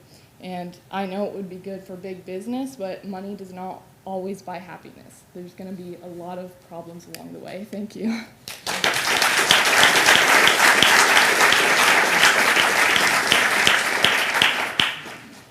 Matthew Greenberg.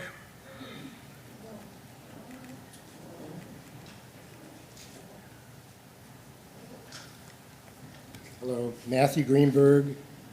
I'm living at 4040 Mount Carmel Road with Ellen Foley. We are, do we have the contour map? Can we show the contour map?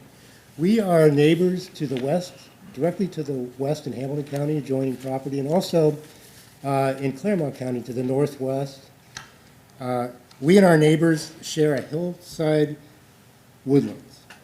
It's forested with many trees, mature trees. We're adjacent to these larger hillside lots that have been referred to 18 through 11, moving from the north to the northwest. This northwest neighborhood is comprised of a valuable natural feature. It's a forest of mature trees. The Horizon 230 Comprehensive Plan states that single-family residential developments should emphasize cluster-style developments that result in the preservation of valuable natural resources. These words mean something, preservation of the natural resources. The R4 zoning code requires that developments are sensitive to the physical characteristics of the property, and I want to focus on the hillside where the contour lines are closer together. Those are steeper slopes. And also the R4 development needs to preserve its physical assets, and I want to focus on the mature trees. Regarding the hillside, we're concerned with both potential slippage and landslides during construction and development, as well as storm water runoff and erosion. From what we've had to look at as a public, we don't see a soils map. We don't see what the existing topography is at 2-foot intervals. We don't see reference to what areas are environmentally sensitive or geologically hazardous. The stormwater lines are not shown. We don't know where they are, and we don't know where the building locations will be. While the staff, while this commission staff has indicated that the larger lots could provide for larger rear yard setbacks, and that might move the construction of the residences closer to the road and up the hillside, there's no requirement or even mention of all this in the applicant's documents. Regarding the trees, the staff acknowledges there is no landscaping plan that's been provided. And although the staff suggests that the intention of the natural open spaces in this plan is to maintain the mature trees, there's nothing in the actual documentation supporting this suggestion, and certainly nothing that requires it, as the staff acknowledges. In fact, all three of the stormwater detention areas that are presented here are currently wooded areas and will require the removal of a significant number of trees. That's not preserving the trees. Lots 11 through 19 are all located in heavily wooded hillside areas. Sir, your time is up. And thank you. Thank you.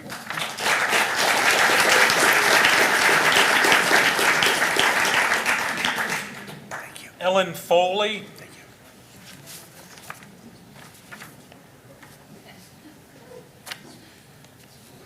Hi there. My name's Ellen Foley. I live with my partner, Matt Greenberg, who you just heard speak. I just want to make sure that you're clear as to where our Clermont County property is on the triangle up there. So 4040 Malcolm Road, I'm the landowner, and as it stands, I oppose this development. Like Matt said, our property, along with our neighbors, share a hillside, woodlands forested with many mature trees. These neighbors are the Careys, the Jones, the Nyers, and the Fixes, and we are adjacent to those larger lots. This is part of my community, and I am down the hill. I grew up on this property. My parents bought the property in 1963. I moved back with Matt in 2013, and I know these properties intimately, all of these properties, the Nyers, the Sadakas, the Fixes, the Careys, and the Joneses.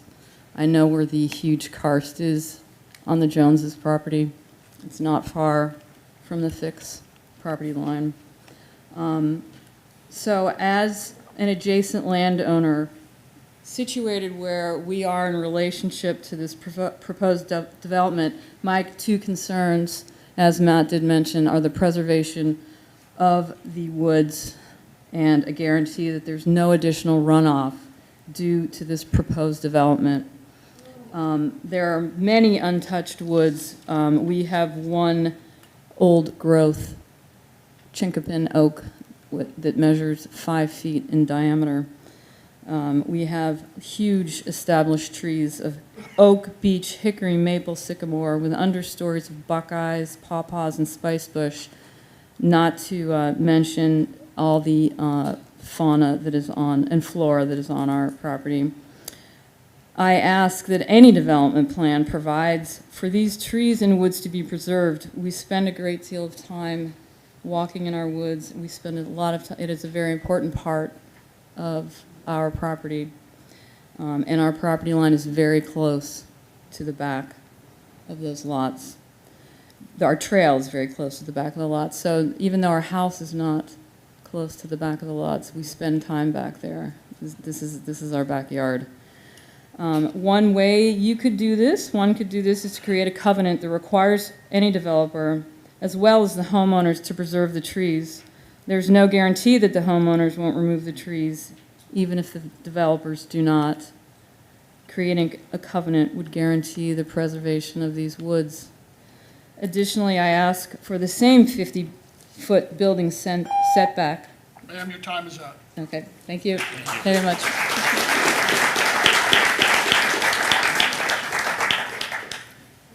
Andrew Hogan.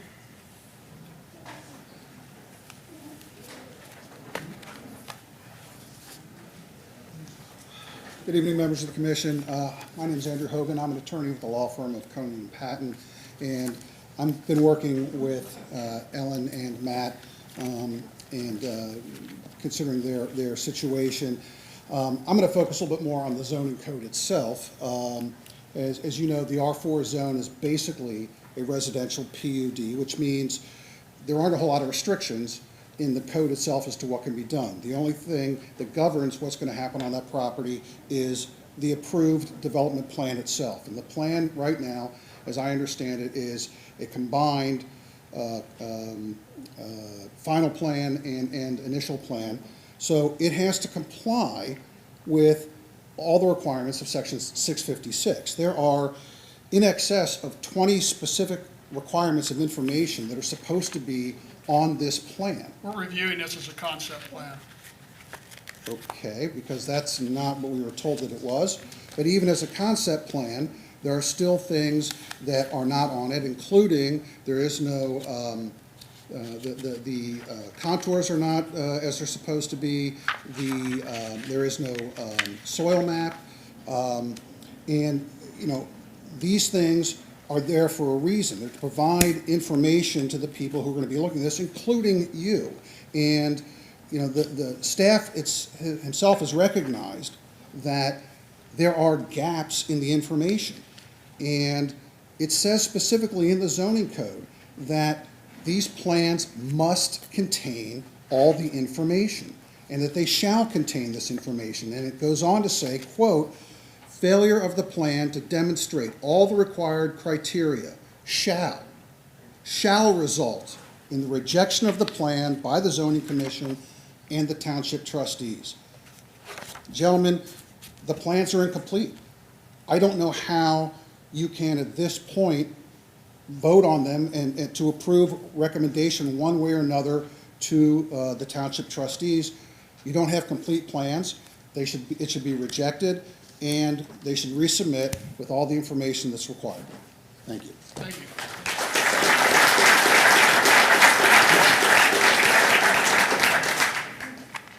Anna Carey.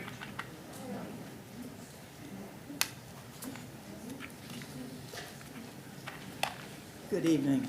I'm Anna Carey. I live at 4150 Mount Carmel Road. I am on the downhill end of this water problem. The very steep hill, the stream into which this stormwater runoff would need to go goes right through my property and the next property next door. I very strongly oppose the approval of this zoning change. Thank you, ma'am. Thank you.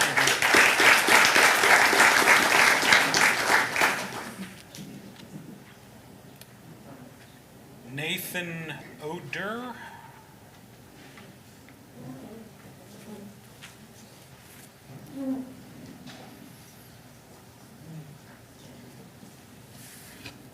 Good evening. Good evening. My name is Nathan O'Dare. I am at 4978 Covey Trace in Quail Hollow. I am the president of the Estate Owners Association of Quail Hollow. It's not something that I generally like to talk about because it comes with very little prestige. Mostly I bring it up because, when I found out about this, it dawned on me that the number of meetings that I sit at with our association, we talk a lot about Beechwood. And I realize that Beechwood is not the township's responsibility, it is the county's responsibility. That being said, when I moved here in 2017, I was looking forward to wide open spaces and for not taking a really long time to get to work, even though I lived in the city at the time. And moving out here meant that I could have a little extra space for my family, my growing family. And little did I know that when I would go to get onto Beechwood in the wintertime, I might slide off of it because the county doesn't seem to care about the road. And the township builds a fire department down the road. I thought maybe that would help, and that didn't help. Now what they're looking at is adding 90 additional houses at the other end of the street that I travel on a regular basis. And I'm curious about I'm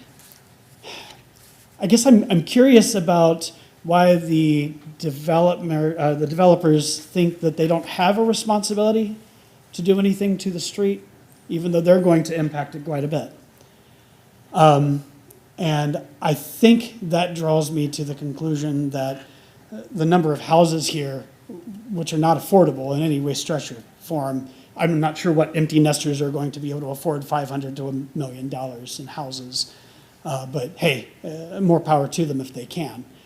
What I would like to see is, if this goes forward, that there is some firm plan to do something with the road in addition to this monstrosity that I only saw when I lived in Hawaii, because I was with the U.S. Coast Guard for a number of years.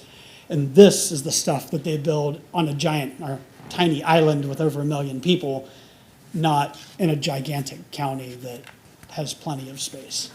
So I yield the rest of my time. Thank you. Thank you.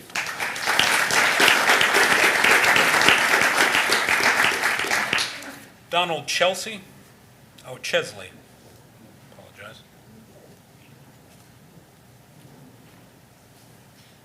Hi, I'm Don Chesley. I live at 4859 Orland Road. And so I'm a numbers guy.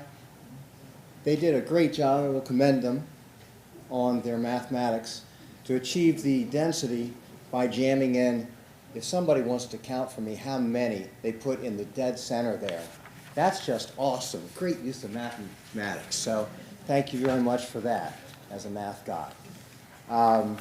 Looking at the 0.15 to 0.2, that's about 6 per acre, 1/6 of an acre. Many. So yes, very well done. Also, special thanks for mentioning the ODNR, because I was able to look up at the Ohio Department of Natural Resources, and thanks to the township for its Wi-Fi, because I was able to find the sinkholes that are listed, which run mostly on the northwest property. And it certainly looks like that will impact homes along the northwest side, which they may or may not have yet addressed. Most of the other conditions or concerns have been way more eloquently stated by the folks before me. I've been here for 29 years. I love the place. If they were going to put in just a few big homes, or that would be great. And also, I'd just like to reiterate, as you look at the topographical map, with the lines being so close together, indicating a downhill grade, where will the water run, and what will they have to do to amend their proposal? Traffic, lack of protection for the incoming road with those neighbors. And one thing that one of the board members mentioned is it's the board's responsibility to maintain the general welfare of the community. I think this diminishes that. Thank you. Have a good night. Thank you.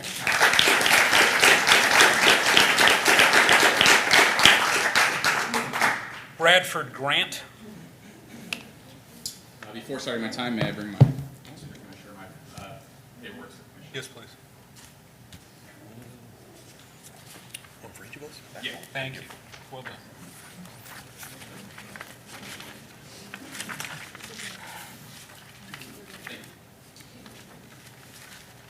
My name is Bradford Grant. I live at 4945 Nutmeg Knoll. I'm here on behalf of myself and my entire family, who has built their home there in the 1970s.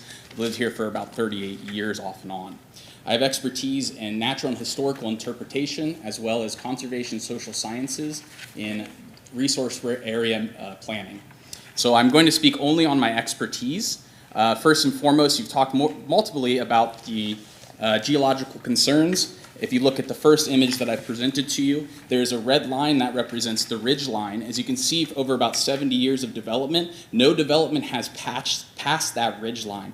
The blue square there passes that ridge line. That represents lots 9, 10, and 11, and it goes even beyond that. That area at the back of that blue line is the edge of 11, where I would expect a house to be built. That graded area exceeds 20% and likely exceeds 25%. I live adjacent to that ridge line. I go in and out of that creek regularly. It easily passes 25% grade into the creek line. I'll move past that and I'll move to the historical relevance of the location. I have been in that house before. I know Doc, when I was a kid, I've been in and around that property. That property likely has archaeological relevance. If you move to the second picture in the images that I presented, you'll see that you can see the Native American earthworks that are, some are still there in remnants, some are not, throughout the area that leads all the way up to Milford and down the confluence between the East Fork, or sorry, what's it? Little Miami River, my apologies. The Little Miami River, you can see the red circle marks the property. If that marking of lots 9, 10, 11 allows for that property to go out beyond that point where the slope would meet, that would suggest, given that this is an Ordovician period limestone and clay substrate, that would likely be impacted by human impact to make it level, which would potentially mean that there is an impact to early woodland species potential for mound builders. I know at least one other person in the room has spoken to the lot potentially having archaeological relevance, and I would suggest before any zoning changes happen that an archaeological survey was done on the site due to its impact to early woodland species for the Hopewell, Ohio Hopewell. Moving on to the last page, I also have expertise in identification of species. I have personally identified barn owl sounds in the spot, and I've listed on the top that they confirmed observations and is a threatened species and should be noted with the ODNR before any zoning has happened. Next is the lark sparrow, which I've seen on the property that I live in at 4945. It is endangered. It's likely more migratory, so I'm not sure how the council in Union Township particularly regulates that. The narrow-leaf toothwort I have seen this springtime. However, it is a springtime ephemeral, so I was unable to bring you a picture today because spring ephemerals have ended approximately about 4 weeks ago when they have died out. The next, up, sir. Thank you.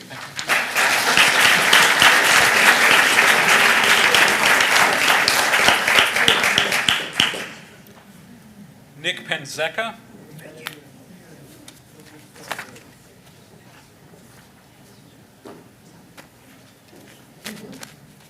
Is Nick not here? All right, next one, Mr. Campbell. Jessica Stacy.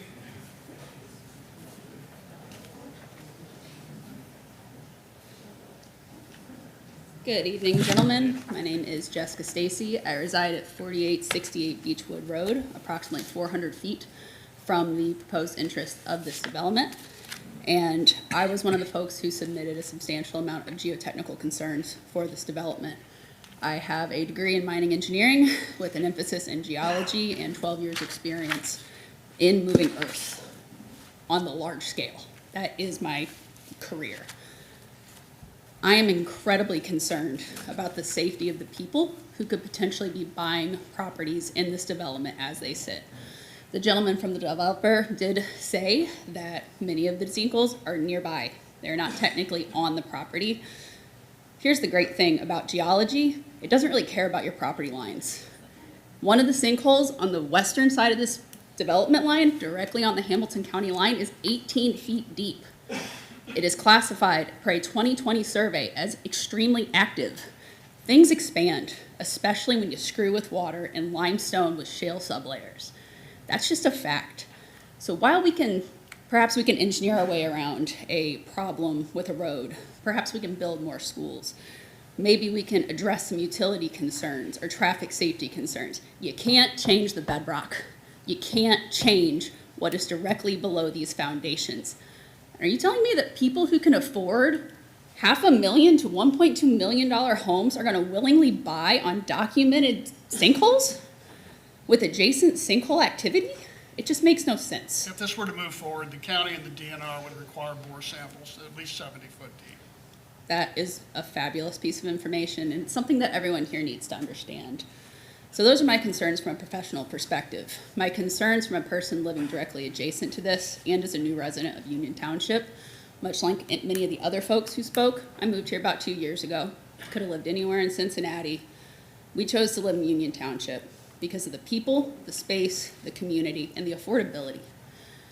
We were priced out of countless homes. We had to fight like hell to live where we live. And we love our home. We love our neighbors. We love the safety that that community brings to us, but the one unsafe piece is the road.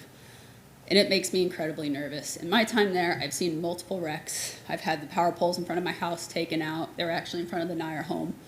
I've had an impaired driver ride through my front yard at high speed, overcorrect, hit a tree, snap it off in half. We've backfilled ruts. I pick up beer bottles and little shot bottles, disposable vapes, huge amounts of trash every week. During the summer, we'll fill a Walmart bag with beer cans every week. There's a lot to this community that I can understand. We need homes. I'm not anti-development. I build mines for a living. I'm pro-development, but I'm pro-responsible development. And everything that I've heard this evening from this developer and the lack of detail in these documents is the opposite of responsible. Should this be approved, I'm going to be incredibly disappointed. Ma'am, your time's up. Thank you.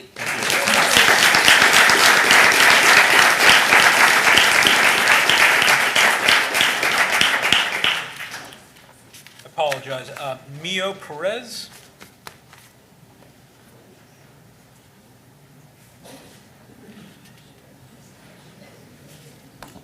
It's actually Meg Perez.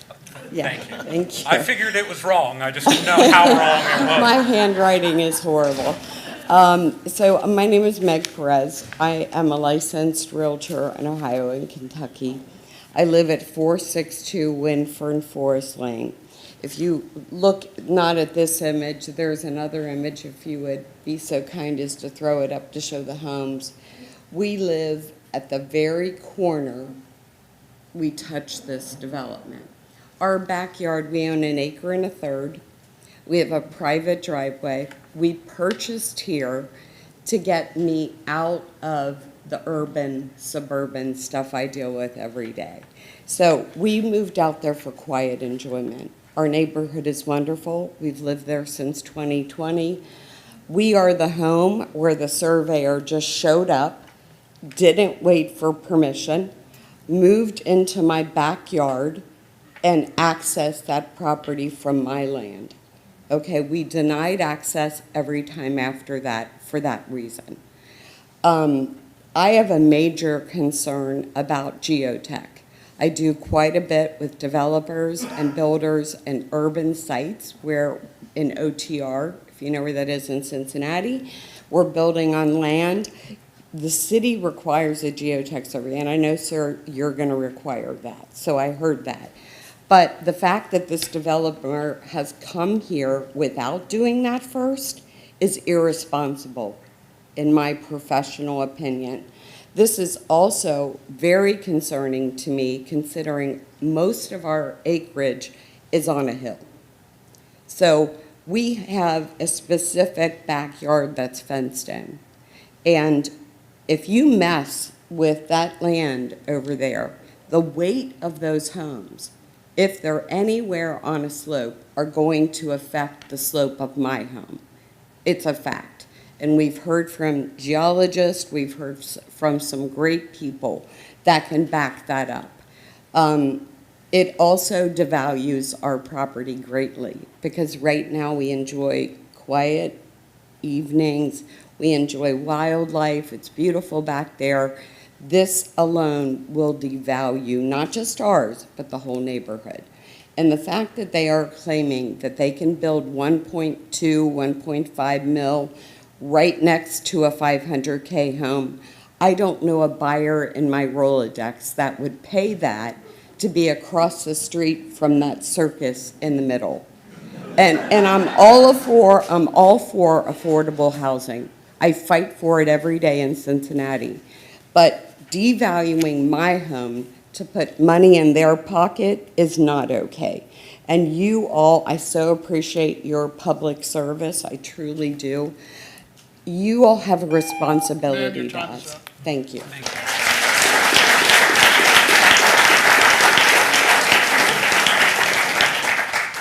Emily Suppinger.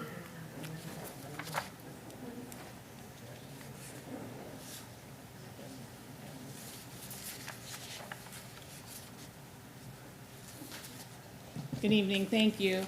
My name is Emily Suppinger. I'm an attorney at the law firm of Strauss Troy, and I represent John and Sarah Nyer, who reside right next door to this proposed development on the right side of the one-lane driveway, which is proposed to be a 55-foot right-of-way with this development that extends the entire length.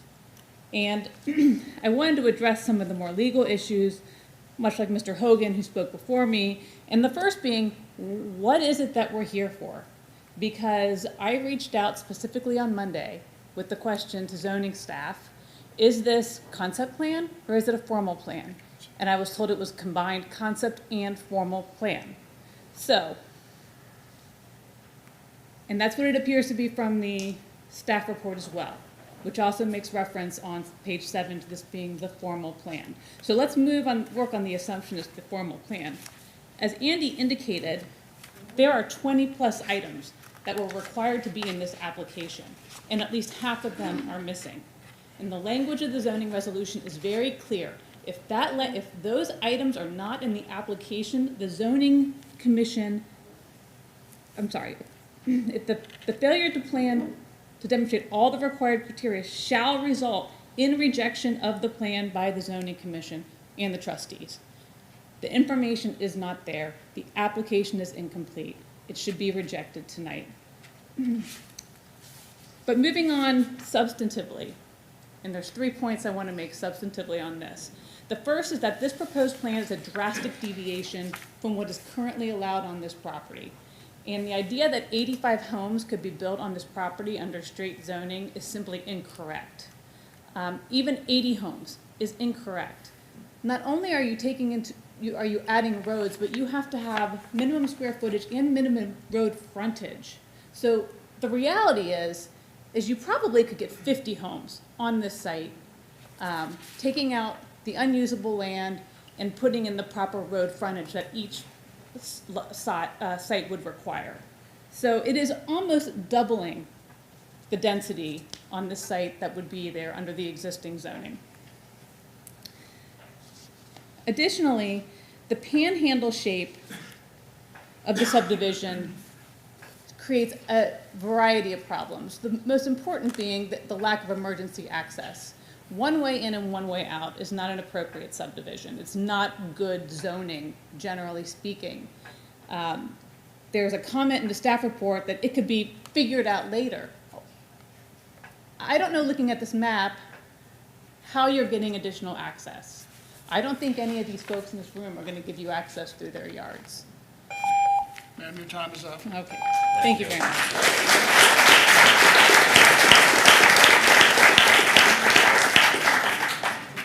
John Lips.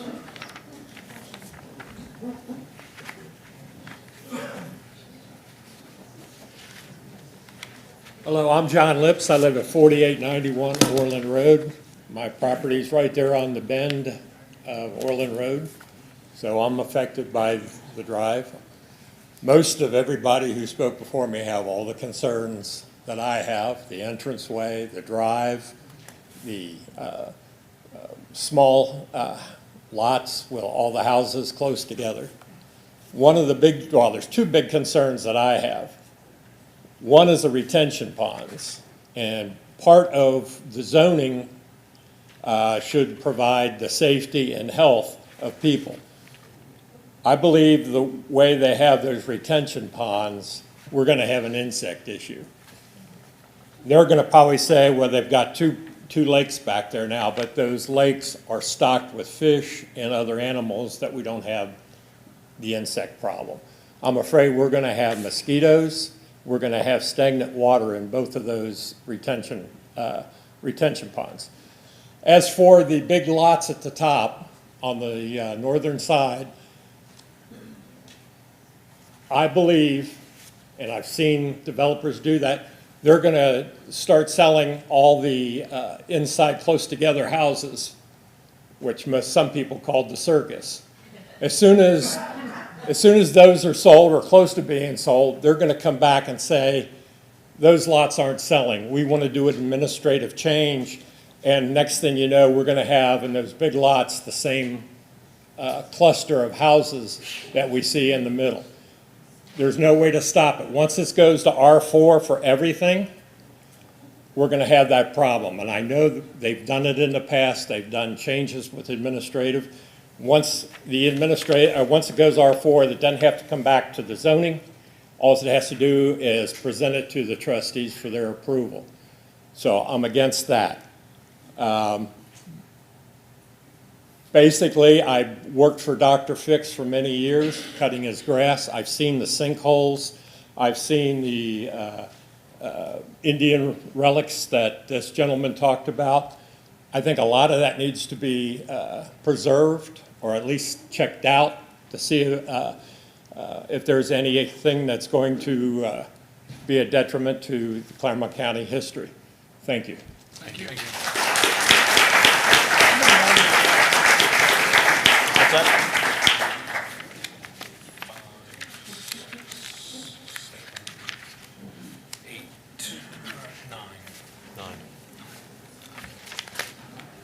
Andrew Schmidt.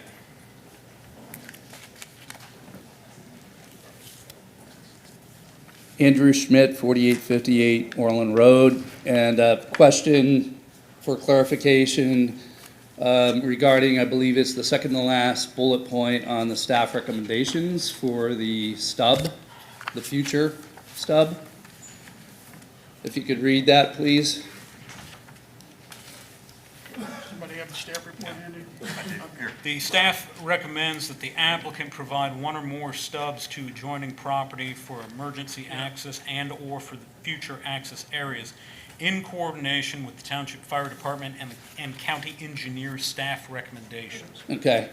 And then I would like you to point out in between the red flagged homes and the yellow flagged homes, there's a green space. Could you point that out on the map, please? Where the gas line runs? Correct. Correct? Yes. So is that the proposed, or will that be the proposed stub or access road into Orland for emergency access and That's yet house? to be determined. So it could be. I have no idea. But the county and the fire department both require the emergency access. Without the emergency access, the project will not go forward. Can the builder talk to that? You haven't Is there any determined other, that is to there the any stub other point yet? spot that could be used as the stub for the access road? Go ahead and answer the question, please. Thank you.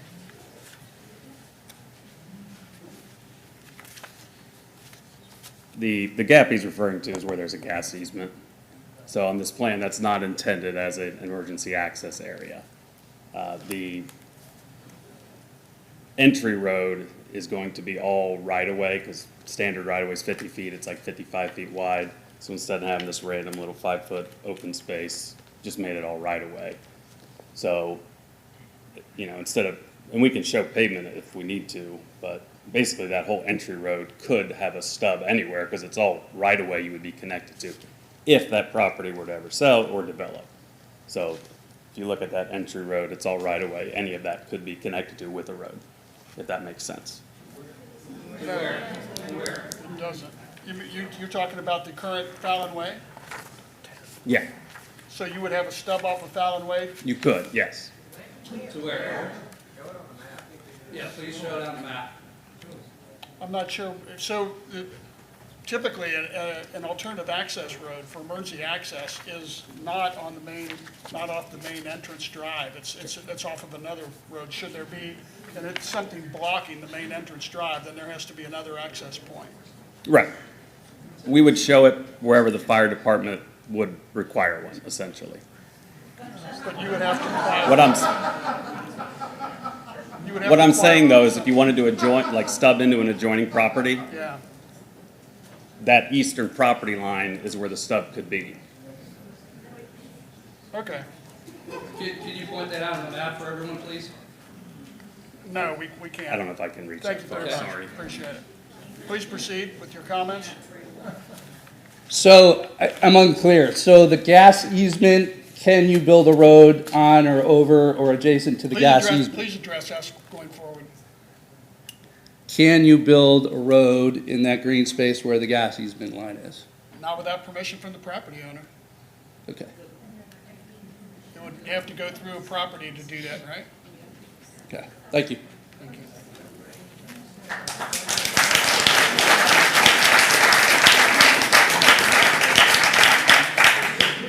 John Nyer.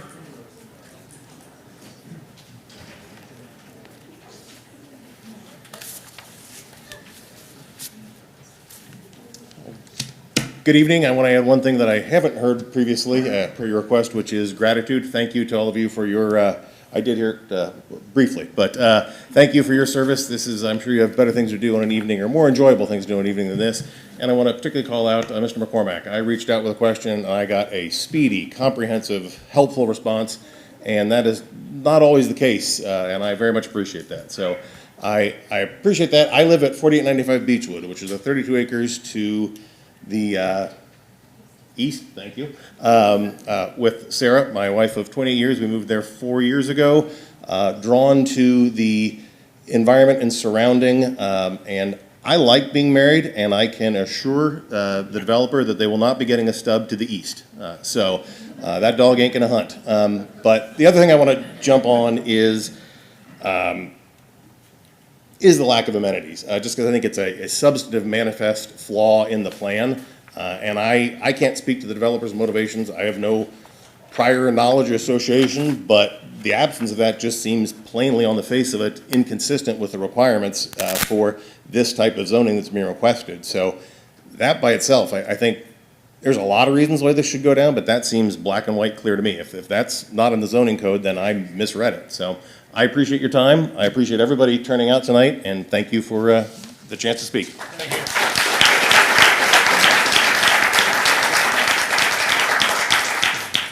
Lois Sadaka.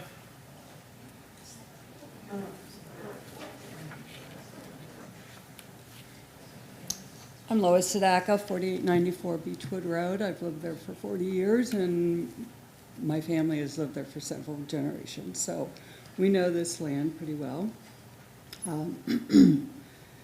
We, at first, were very concerned about the road. It is still the very narrow country road that it has been 60, 70, 100 years. No widening. There are deep ditches. There was some data presented at the beginning of how many reported wrecks there are, but those of us that live there know that there are many more wrecks that go unreported. They call the tow truck, they get them pulled out, and as long as there's not injury or, police needing to be involved. So we're adding to that burden. It already has so much pressure since the exit to 275 was opened down at River's Edge. So that's the first concern that's a daily concern. In addition, the stormwater floods many backyards along our way. Where is this new pressure going to go? Sinkholes. There are a few other people besides myself in the room that have not just looked at a topo map, but we know the land. We know where the sinkholes are personally. I know they can show up overnight, or they can go from a 12-inch sinkhole to a 3 or 4 foot wide sinkhole overnight. It's a very dynamic situation at all times. I am not an archaeologist. I am not a geologist or a person of expertise, but it is hearsay. The Indian relics that have been found on the land for generations speak for themselves. An expert needs to come in and attest to all this. This all has to be checked out. Environmental impact, wildlife, not just pollution from more homes, noise pollution, traffic. The traffic noise pollution has escalated greatly in the last couple of years. It's going to continue there. Overall, I think, I'm none of these experts, but I am a teacher, and I think everybody that lives in this community lives there because this is our personal values, and we want to continue this value with the next generation. We teach our children these values of appreciating the land. This is completely contradictory to this community. And that is what I ask you all to take into consideration. Ma'am, your time is Thank you.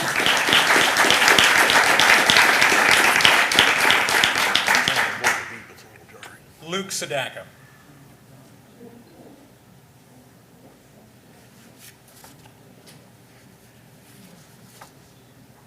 Luke Sadaka, I reside at 4908 Beechwood Road.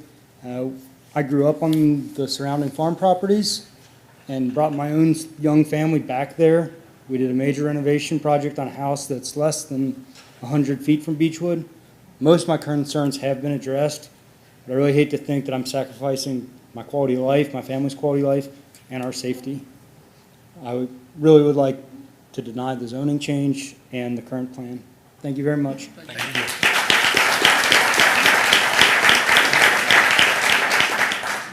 Dennis Jones.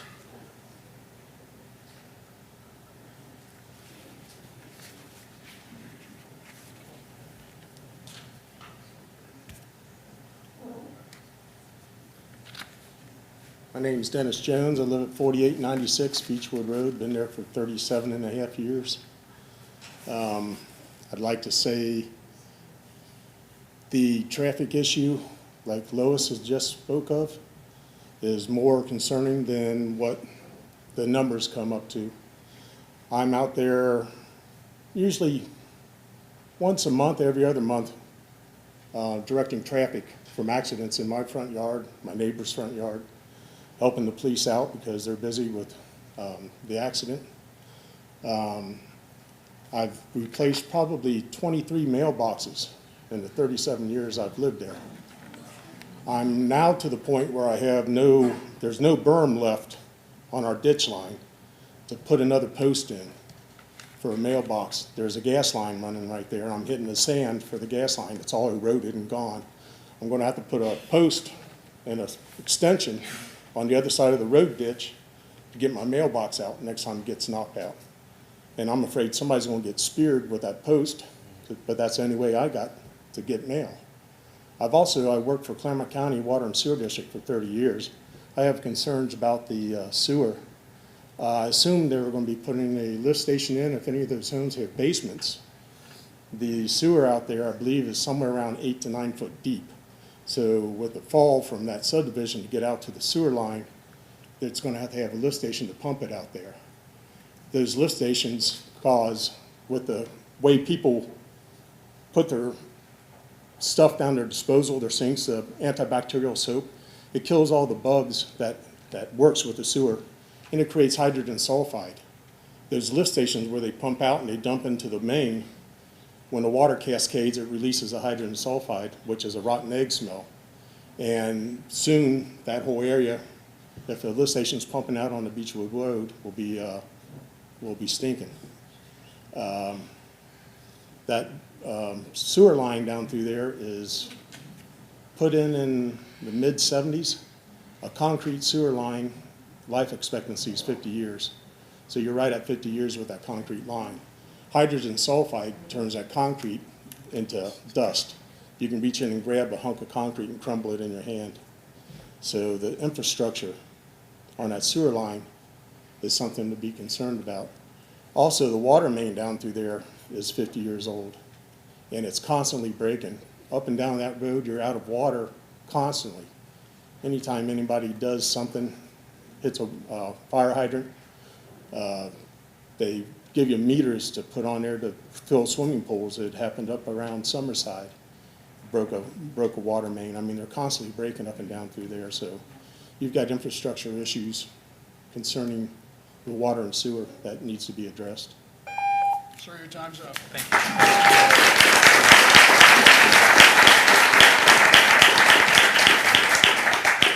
Mark Sadaka.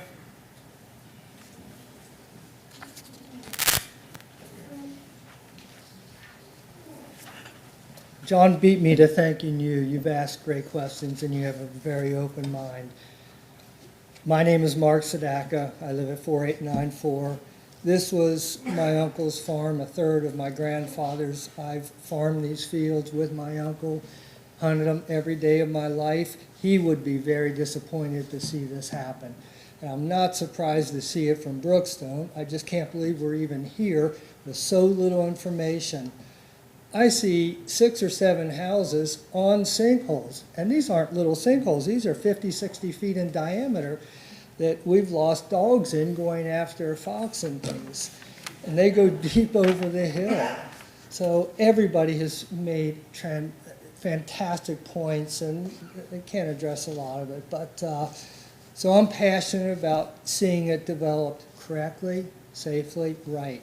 Beechwood is at capacity.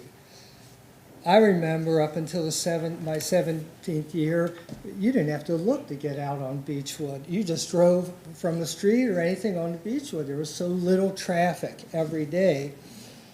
Now it takes 5 minutes to get out. There's a solid stream of traffic. You know, the Polo Field coming and Pepper Ridge and all the other ones. And then they did River's Edge, and they promised us Beechwood would never cross the tracks into River's Edge. A year and a half later, Beechwood's crossing the tracks into River's Edge. This is not going to help the situation on Beechwood without any upgrade, like Dennis said, the sewer and the water. And then we're getting a Wawa in Mount Carmel. That is going to really impact Beechwood as well. So all those things considered, I don't even think we should be here. This project is not ready for review. I have 60 acres of this farm still, and I'm going to put it into an agricultural easement, so I don't have to disappoint or stand in front of my neighbors and hear this.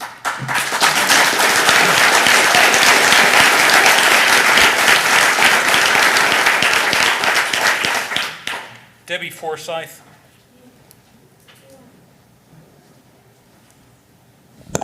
Hi, my name is Debbie Forsyth, and I live at 645 Brandy Way. I'm not even on that map. We lived at that address for 43 years, so we have witnessed a lot of development and change over the years. It's inevitable. I'm sorry, so you're saying you're not in any proximity, you don't reside in proximity to this development? Not right there, but I'm greatly affected by it because I live right off of Beechwood. Okay. So we have to get onto Beechwood all the time. And that has gotten so busy, and the more traffic it is, people that actually reside or are responsible and drive the speed limit, people come up behind you and they have passed us on curves just because they don't want to take the time to wait. My husband served on the committee that was for the 32 corridor development. And the whole purpose of that was to make it easier for people to be attracted to Clermont County and to offer more places to work and attract more people to the area. In that whole prospectus, there was a desire to put cluster homes and have walkable communities. This is not one of them. Where are you going to walk to here? Where are the kids going to play? There is no place for them to play except in the streets. And so there's no park there. It's just not a good place for this development. Someplace else in Clermont County, more by the mall or something, but out here in this rural area, that is not the right place to have this type of cluster development on those postage little lots. It doesn't make any difference where in the development they are. They're there. They could be in the front, they could be in the back, but it's just too densely populated in there. And again, responsible development is welcome, but that is not responsible development.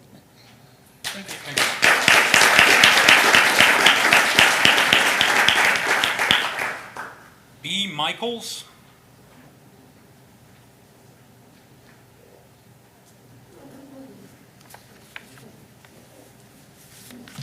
All right, thank you, gentlemen. And once again, thank you to the community here and your voices speaking out. I mean, thank you all. You're all being heard. Just want you all to know that. And thank you, gentlemen, for your time this evening, for listening to us, for understanding what's going on, asking your questions. I just have to say it's really appreciated. I can see that you guys are taking the measures that are necessary to do so, so thank you. I live at 221B Baker Street. I have moved into an effective area and I've lived here for less than a year, but a resident of Union Township now for about 10 years. Once again, I do want to thank you all again for your time today. First off, I just want to reiterate that this is an egregiously unprepared plan. You can be witness in the answers that have been given this evening, as well as the information that has been provided, and the community is greatly concerned. It is clear that they did not take steps to address the concerns of the community. First off, even address whether or not the community accepts this. There's little research into the preservation of the landscape, wildlife that is required by the code, and there's also a lack of legal research as to what is allowed to be built on this particular property. Particularly, there's a lack of a Plan A, a Plan B, and a Plan C. So when we live in an area, I lived in now both of them, where school districts and levies are not approved, this is going to add additional stress on these already suffering teachers that are working hard to raise our kids. And being a father of myself, of a young one, I'm greatly concerned by this because we don't know if these are going to be voting citizens that value education. And also, living in an effective area where traffic studies, I'm concerned about that, particularly with Beechwood, Summerside, all the surrounding areas, and how that could affect not just my life, but the lives of the people here, people's families, children. I mean, we're gravely concerned about that.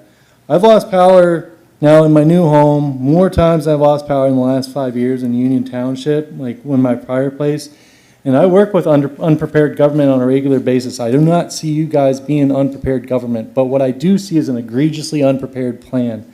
And as officials, I just strongly advocate you all to enforce the code, statutes that that you stand here to stand by, and that you stand by your oath for us and the community, and for the people here that are speaking out, and even for Brookside, because, yeah, development's probably going to go in at some point, but let's just make sure it's to code, to standards, an area that actually values everybody and not just the greed of a company.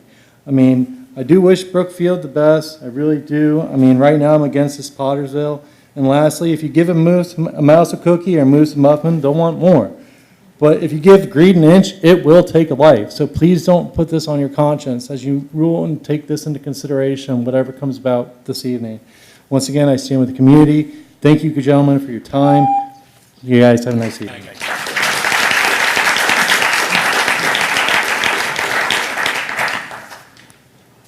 Aaron Hansma. No, we're not accepting applications any longer.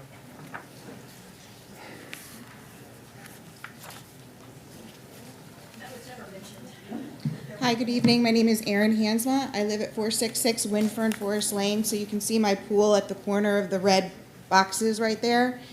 I wasn't going to speak, but my 14-year-old twins often trespass on that property, and they wanted their voices heard. Please know that, first and foremost, my opinion is not that the land should not be developed at all. Had the Fix family not sold part of their property, I would not be in the beautiful home and property that I do. Development will and should happen within a community, but done so responsibly and with transparency. My biggest concerns are, as most people have said, Beechwood Road. Driving on that road is a safety hazard as it is. Increasing traffic even more without first planning and changing the road should be considered a known risk that the township leaders take responsibility for any future incidents.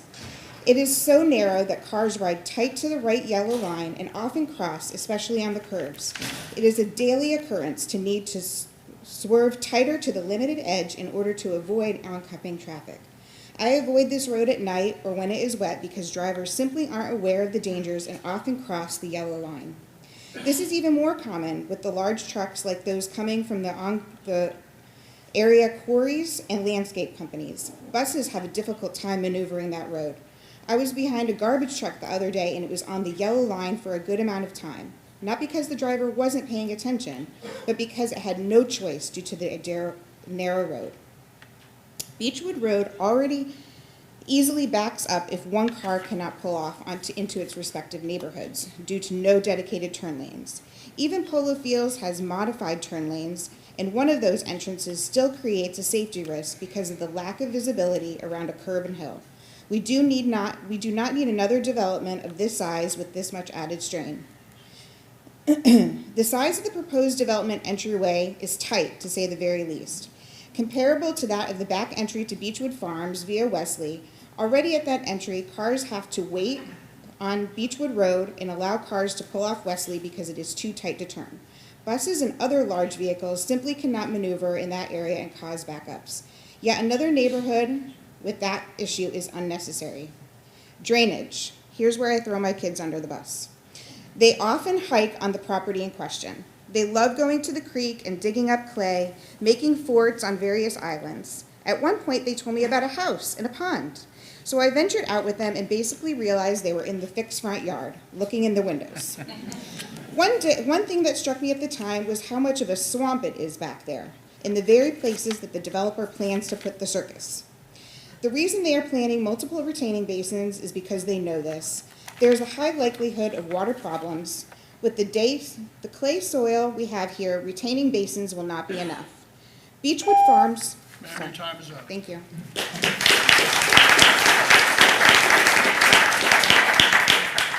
Peggy Simmons.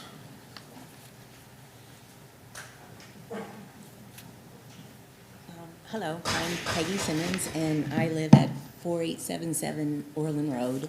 I'm not a speaker, so I'm a little nervous. But my first question, when I heard all about this, after I saw a car pull up or a truck and they put a big X on the road right in front of our house, and talking with neighbors, realized that we are going to have a development back behind our houses back there on the farm. So my first question was, well, are there plans to make another entrance or exit road from this neighborhood? Because the map clearly shows just one, and that got me thinking about the X put in front of our house and whether or not people have already talked to neighbors in our neighborhood and have developed some sort of plan to make a future road. So I guess my question is, if this does go, are there plans to make another road from their neighborhood into our existing neighborhood? There's nothing been presented to us at this time for that. Okay, and with that said, since we got no prior written notice or anything from the developer that this was going on, and clearly it was word of mouth, is there any plans in the future to be connecting any of the neighborhoods like that with roads? There are no plans at this time. Okay. Also on the plan, there's the walking trail that they have back there. Around the detention pond? Right here. Stormwater management? It says a walking path, a neighborhood walking Yeah. path. What is there are two dotted lines coming through? That's a gas line underground. Okay. So there's no plans to be connecting a sidewalk or anything like No. that into the other neighborhoods? Not currently. Not currently, okay. Is there another time where residents can ask questions? My family and I came up with 14 different questions. This will go to the trustees, and at the time, questions can be asked now, or questions can be asked when it goes to the trustees for review of our recommendation. Okay, and then tonight's meeting, will there be a decision made tonight? We will make a recommendation to the trustees tonight. Tonight, okay, and that will be sent publicly to, It becomes record. Public record. Yeah. It'll be on record. okay, all right, thank you. Thank you. Thank you. Thank you.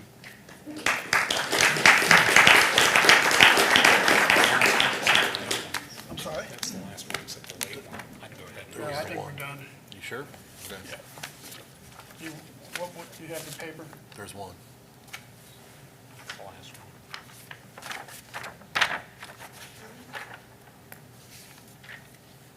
Each one's.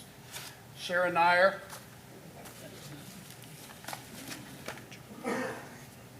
Thank you. I'm Sarah Nyer. I'm at 4895 Beechwood Road, the property along the edge there. And my purpose here this evening is actually just to thank everyone behind us and to let you zoning commissioners in on how very many people have rallied around this issue and how gratifying it has been to hear all of those opinions. Within the last week, 700 people have joined a Facebook page about dense development in Union Township. Some of those posts have 3,000 views. One of them has 10,000 views. And the comments are all in favor of not allowing this particular plan and zoning. We had at least 30 people at our house last week, all who had wonderful ideas about what could happen in that space. That does make sense. And we, everyone here, myself, just want you to know that the community engagement is there, and it would be a real shame to not listen to that community engagement. And I realize that's not the issue of the zoning commission. I realize that that's not why we are here. But these folks deserve to be heard, and thank you for letting. Thank you. Thank you.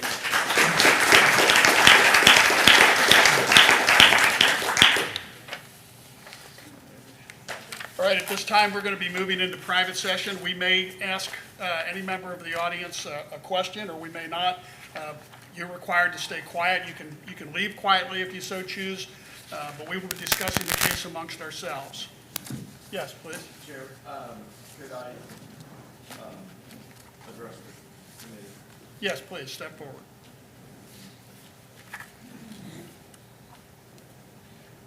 Thank you.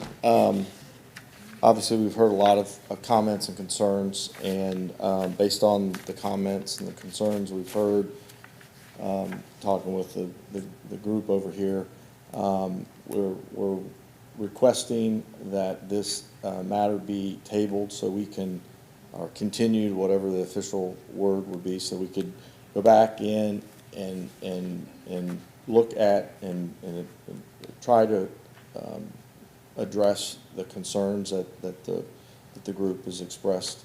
Some of them were expected, and you know, others were maybe not as expected. Mr. McCormick, can the case be withdrawn at this stage? I'd prefer to move forward with it and make a recommendation to the trustees. I mean, withdrawn is one thing, that's not what the applicant asked for. Applicant's requesting what I just heard, a table, and Right. and I have to authorize the table. And I'm Yeah, not you'd have prepared. to, either way, you've got a motion, you'd have a motion to, I mean, they can withdraw, but then they're resubmitting if they do that. You can have a motion to continue or table the issue and bring it back. If you were gonna do that, you might wanna put a stipulation on there so that you're not hearing the entirety of all the same evidence again, unless it's a new plan. If their intention is to submit a revised plan that's not a totally new plan, then that's a different scenario than a new plan, which is the same as a resubmittal. It's up to your discretion. I'm inclined to move forward with making a recommendation, and if the applicant then so chooses to withdraw the case after the recommendation has been made, then they can, please, everybody stay quiet. You don't do yourself a service by interrupting the conversation. So if we make a motion to approve or disapprove, and we agree on that, whatever we decide on, then the applicant then make a decision at that point whether to withdraw or then resubmit or withdraw entirely. Is that correct? Yes, I mean, the applicant can also move forward with the recommendation and try to make amendments to the plan, which is another option for them. I mean, so it's really a matter of how your decision to make out how to best proceed. Yeah, I'm not prepared to table it at this point. You can withdraw. If you're going to withdraw your application, and that's a last minute withdrawal, that means we've gone through all this for nothing. Are you withdrawing? Can I have a moment to Sure. consult?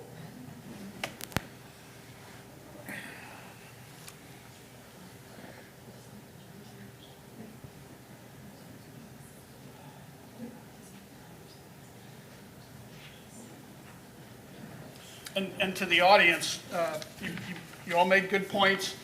You were all very organized, but I will advise you, when you go in front of the trustees, do not repeat the same thing over and over again. You do not do justice to your credibility. You damage your credibility. So when you hear somebody has made clearly a point that you want to make as well, I know you've prepared and it's hard not to come up and say what you wanted to say, but you can damage your credibility by repeating the same thing over and over and over again. And there wasn't a lot of that, but there was some of it. So I'm just making a recommendation and providing advice when you go before the trustees not to consume a tremendous amount of time repeating the same thing. Mr. Chairman? Yes. If I might address those gathered here, just to bring a bit of levity. After this case is decided, we do have several zoning text amendment changes to go through. You're welcome to sit through it. And people are welcome to stay for that exciting part. There is possibility for public comment. I think someone once wandered in on those text amendments accidentally, but you're more than welcome to stay for that. Thank you. Thank you, Mr. Chairman. Thank you. And for the most part, those are to improve antiquated processes and texts and Correct. outline procedures in a better manner. Riveting So that we stuff. don't have Yes. such a broad-based discussion. Or you could watch it on YouTube later if you'd like. Yes, Mr. Manger? Yes, sorry. I guess after, our preference obviously would be to give us an opportunity to go back, table it, which you spoke to that, your desire not to go that direction. So having that option, I guess our other option is, or our option that we're choosing is to officially withdraw the application. So we could, is that how, any You can make a legalities we have motion, you can make a motion on that and vote on that. All right, I don't know that you have to, but I think it would probably be probably makes better. sense. All right, I will, Paul, I'll make a motion to accept the applicant's request to withdraw this proposed R4 development. Second. I Okay, defer we to have a Mr. second. Wing. Mr. McCormick, please call roll. Mr. Wing, Yes. Mr. Toff, Yes. Mr. Campbell, Yes. Mr. Lewis. Yes. Motion passes. There will not be anything submitted to trustees at July. If we have another submittal, everyone will get notified in the same manner that they were notified in the first time. All the people within 200 feet of the affected area property would get notified. We'll post up signs. We'll put it on the internet. We'll put it in the newspaper. We've been using Cincinnati's newspaper because the Clermont Sun was not publishing our notices properly, and after the third time, even though we were getting them done ahead of time, it was a problem, so we are now using Cincinnati Enquirer, unfortunately.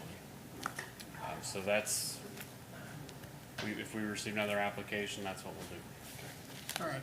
So does everybody understand that, or any questions? What does that mean? Okay, the applicant has withdrawn their application for the zone change. What that means is they will go back, they may decide to go a different direction, they may decide to go the same direction with modifications, but their process starts over, and everything that has happened to this point will repeat. The same thing will happen again. Back to the old drawing board. We'd have no idea on No idea. timeframe, back to the No drawing idea. board. It's on them to reapply in that time frame and give us ample time to notify everybody. Yes. Are we allowed to make a motion to continue as currently stands? I'm sorry? He May wants I to- make a motion to continue the proceedings as they currently stand? No, you cannot. Okay, thank you. When you're over here, you can. Some counties allow it. I know. All right, we are going to move on to our text amendments. If everyone would please exit quietly. We have additional business. You want to take a short, can we take a short break from Yeah, that? let's take a 10-minute Stretching break. break. Great job, guys. That's a long night. Thank you.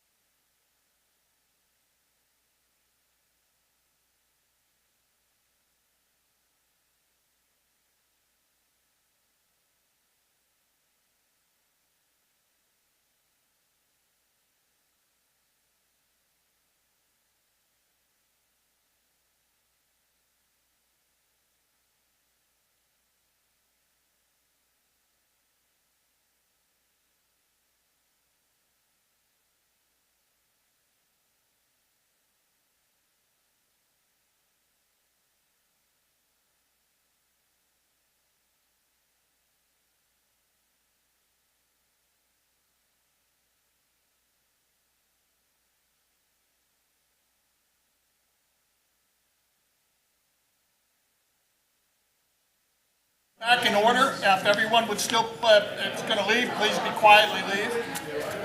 Thank you.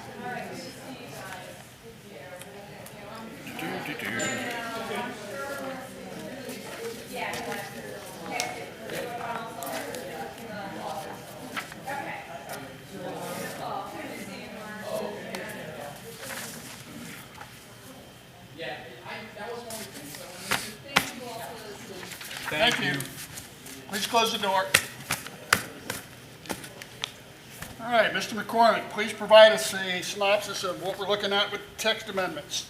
Okay, so what you saw and voted on in April for Article 13 regarding overlay district plan expiration and modifications, regarding also the accessory table being added as figure 2 to Article 6, Section 602, and also in figure 1, adding the minimum floor areas associated with the residential lots.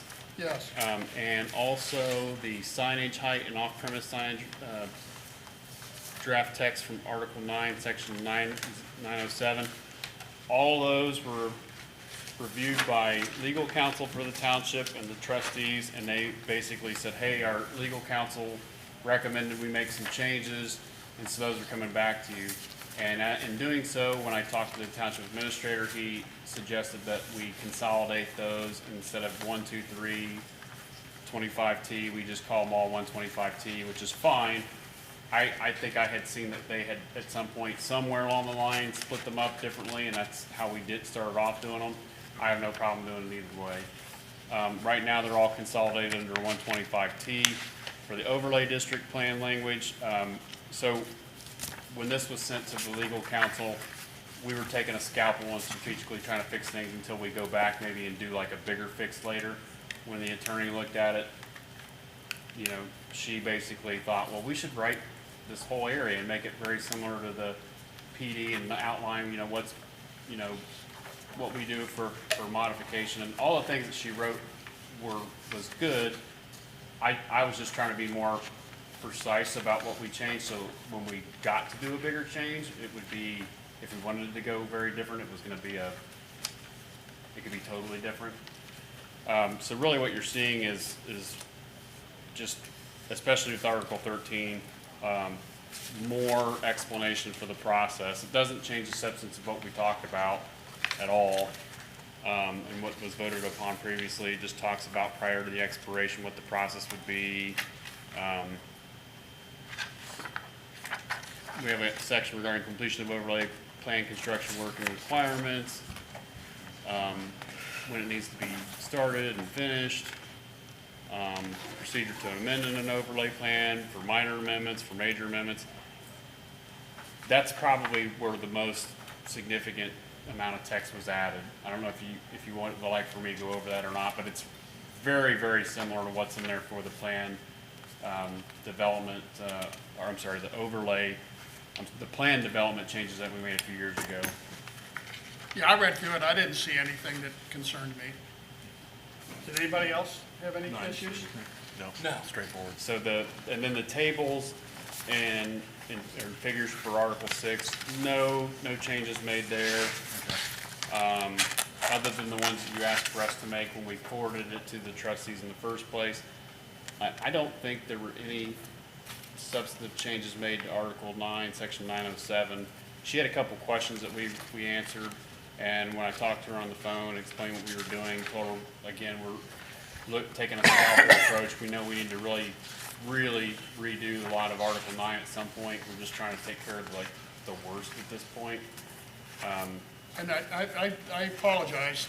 I did find something in here that I wanted to bring up and ask, and I'm good either way, but on the spreadsheet for the accessory structures, the table. Yes. If the person has exactly 25,000 square foot property, they have a choice of two different directions to go. Because it's 25,000 square feet to 1 acre, or the one below it, 10,000 to 25,000, rather than 24,999, or however you want to do it. If you want to leave it this way, And is there anybody gonna have exactly a 25,000 square foot property? Probably not. So it's probably not, you know, in the wording back in section 711, we did greater than or equal to, less than or equal to. We used that terminology. Here, you'd have to, you know, use the greater than, equal to symbol and so forth. It's up to you. If you wanna leave it like this, I'm comfortable with it. I just wanted to make sure everybody was aware of it. Yeah, we can adjust that. That's very easy to fix. We see exactly what it says there. 2001, really. Well, yeah, the top one could be 25,001 and the bottom one 25, and the next one below it 25,000, that's true. Other than that, if the board is good with those, we could have a motion on those and Yes. have a vote on those. I'll make a motion on that. And we'll cover all three modifications. So regarding case 1-25-T zoning resolution text amendments, the zoning commission finds that the proposed text amendments to the Union Township zoning resolution is consistent with the intent of the zoning resolution and the comprehensive land use plan 2030. The text amendments being considered address overlay plan expirations and apply to Article 13, Section 1311 of our zoning resolution, accessory structures, and apply to Article 602 of our zoning resolution, and also signage height, which applies to Article 9, Section 907 of our zoning resolution. This commission recommends the text amendments be adopted. Make a second. Or is that your motion? That's my motion. Does anybody want to make a modification to that motion? No. No, Mr. Chairman. And then Bradley seconded it, so Mr. McCormick, would you please call roll? Yes, Mr. Williams. Yes. Mr. Toth. Yes. Mr. Campbell. Yes. Mr. Lewis. Yes. Motion passes. We are left with Article, we presented previously, I think, as part of Article 5 or 7. Now we're, Yeah, could you explain what's going on there? so we had it in there as 5 or 7, I don't remember, and when I talked to our administrator about it, because we also talked about having its own article, he thought the best thing to do would be to have its own article. Okay. Which, historically speaking, in my history, in my job, like for my professional job, like that's how we've done it. But in some of the Ohio resolutions I've looked at, they don't have as many articles. Like where I used to work, we had 27 articles. And like, for example, site plan review was an article, transportation regulations was an article. Lighting was not its own article. However, we don't have the depth that we had in my last job as a county where we were doing like 300 some square miles of enforcement of different things. So Article 14 would be the article we would suggest for that.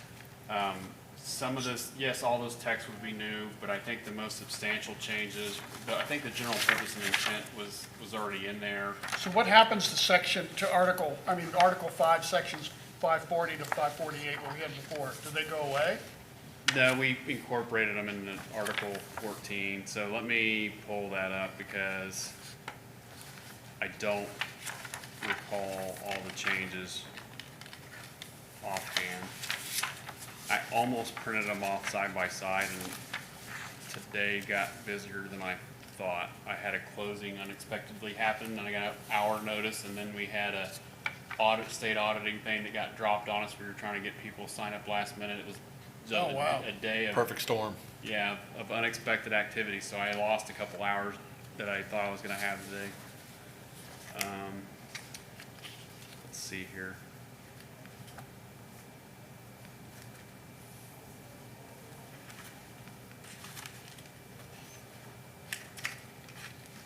Was that 325T previously? I believe it was.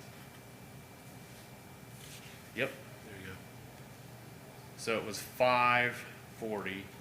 So general purpose and lighting, that section, looking at it quickly, looks exactly the same. 1400 is 540. And I think everybody was okay with that particular one. Yes, yeah. Lighting excluded from regulations, no permit required, that one's the same. I think we were okay with that one. Yep. Prohibited lighting, that one's the same, 542 to 1402. General requirements, I believe there are some differences here. I read through everything. Did anybody else read through it? I didn't see anything. General requirements is different. We originally had 10 items and now we're at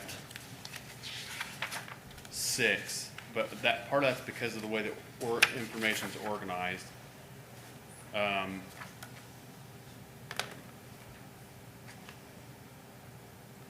Yeah. Number 2's pretty much the same, but number 1 is definitely different.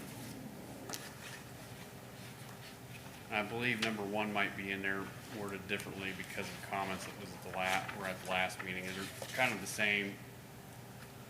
Number 1 originally was what you see on the screen, and now number 1 is no event shall lighting be placed or directed so as to permit beams and illumination originating from the source to be directed or being upon a public thoroughfare, highway, sidewalk, or adjacent premises so as to cause glare or reflection that may constitute a traffic hazard or nuisance. It's really the same thing. Actually, what it is we eliminated that first sentence, I'm sorry. Yeah, I liked everything that I read. I thought it was well done. Yeah, it's just more succinct. 3 is different. I probably moved property owners responsible to maintain lighting, which is a good one. I think that's a good one. We removed the lighting. 546 is the wrong reference, I think. I need to figure out what that is. Hold on a second. Oh, yeah. I didn't catch that. That is,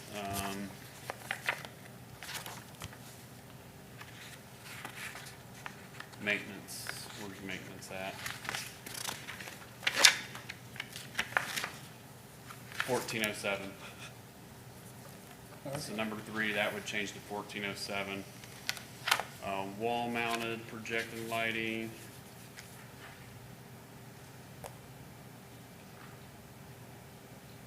So anything that's wrong here is Blake's fault, right? Yep, because he worked on this more than I did. I gave him a lot of leeway to do this, but Corey and I were giving him the, what do you call them, the guardrails, what to look at and work at with.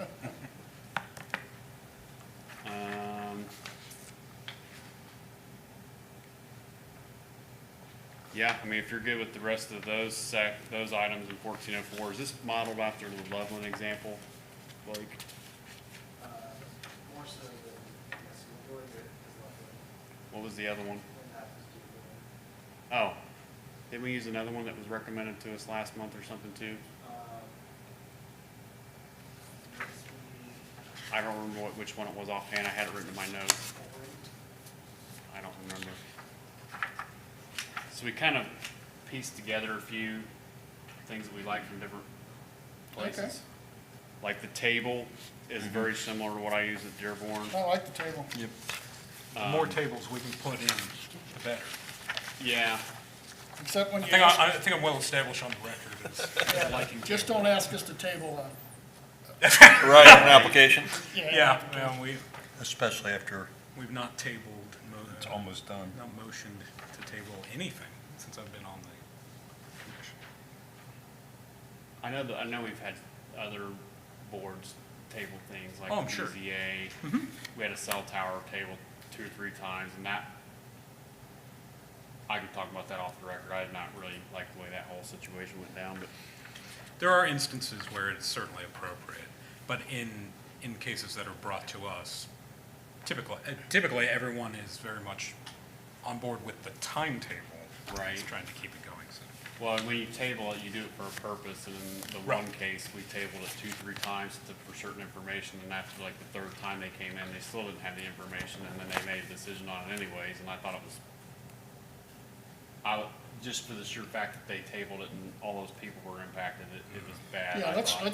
let's move this along, and then Yep. we can Yes, close the meeting out, and then we can talk about. Requirements for lighting in residential districts, that was 544. That has expanded, and I think that's partly because of our comments at the last meeting. 1406 is the requirements for lighting in commercial, industrial districts. And that is a little different because your table changed from not just foot candles, but also lumens. And also, your numbered items, there's, I think, one more item. Do you know if the foot candle and lumens are comparable? Did you do they're very, okay. All right. I didn't know that off the top of my head. Maintenance, nonconformities. Maintenance is the same, I think. Nonconformities, a little different. I think we dropped. Okay, it's a little different. It went from being 2 parts to 1. Variances handled by BZA, so that's the same. At the end of the day, the nice thing about this is you're gonna forward this to the, you don't make a recommendation. If you kinda like this, I'm gonna send it to the trustees. We're gonna have the legal people look at it, and if they don't like it, it's gonna come back to you anyways, just like it is, like the first set did tonight.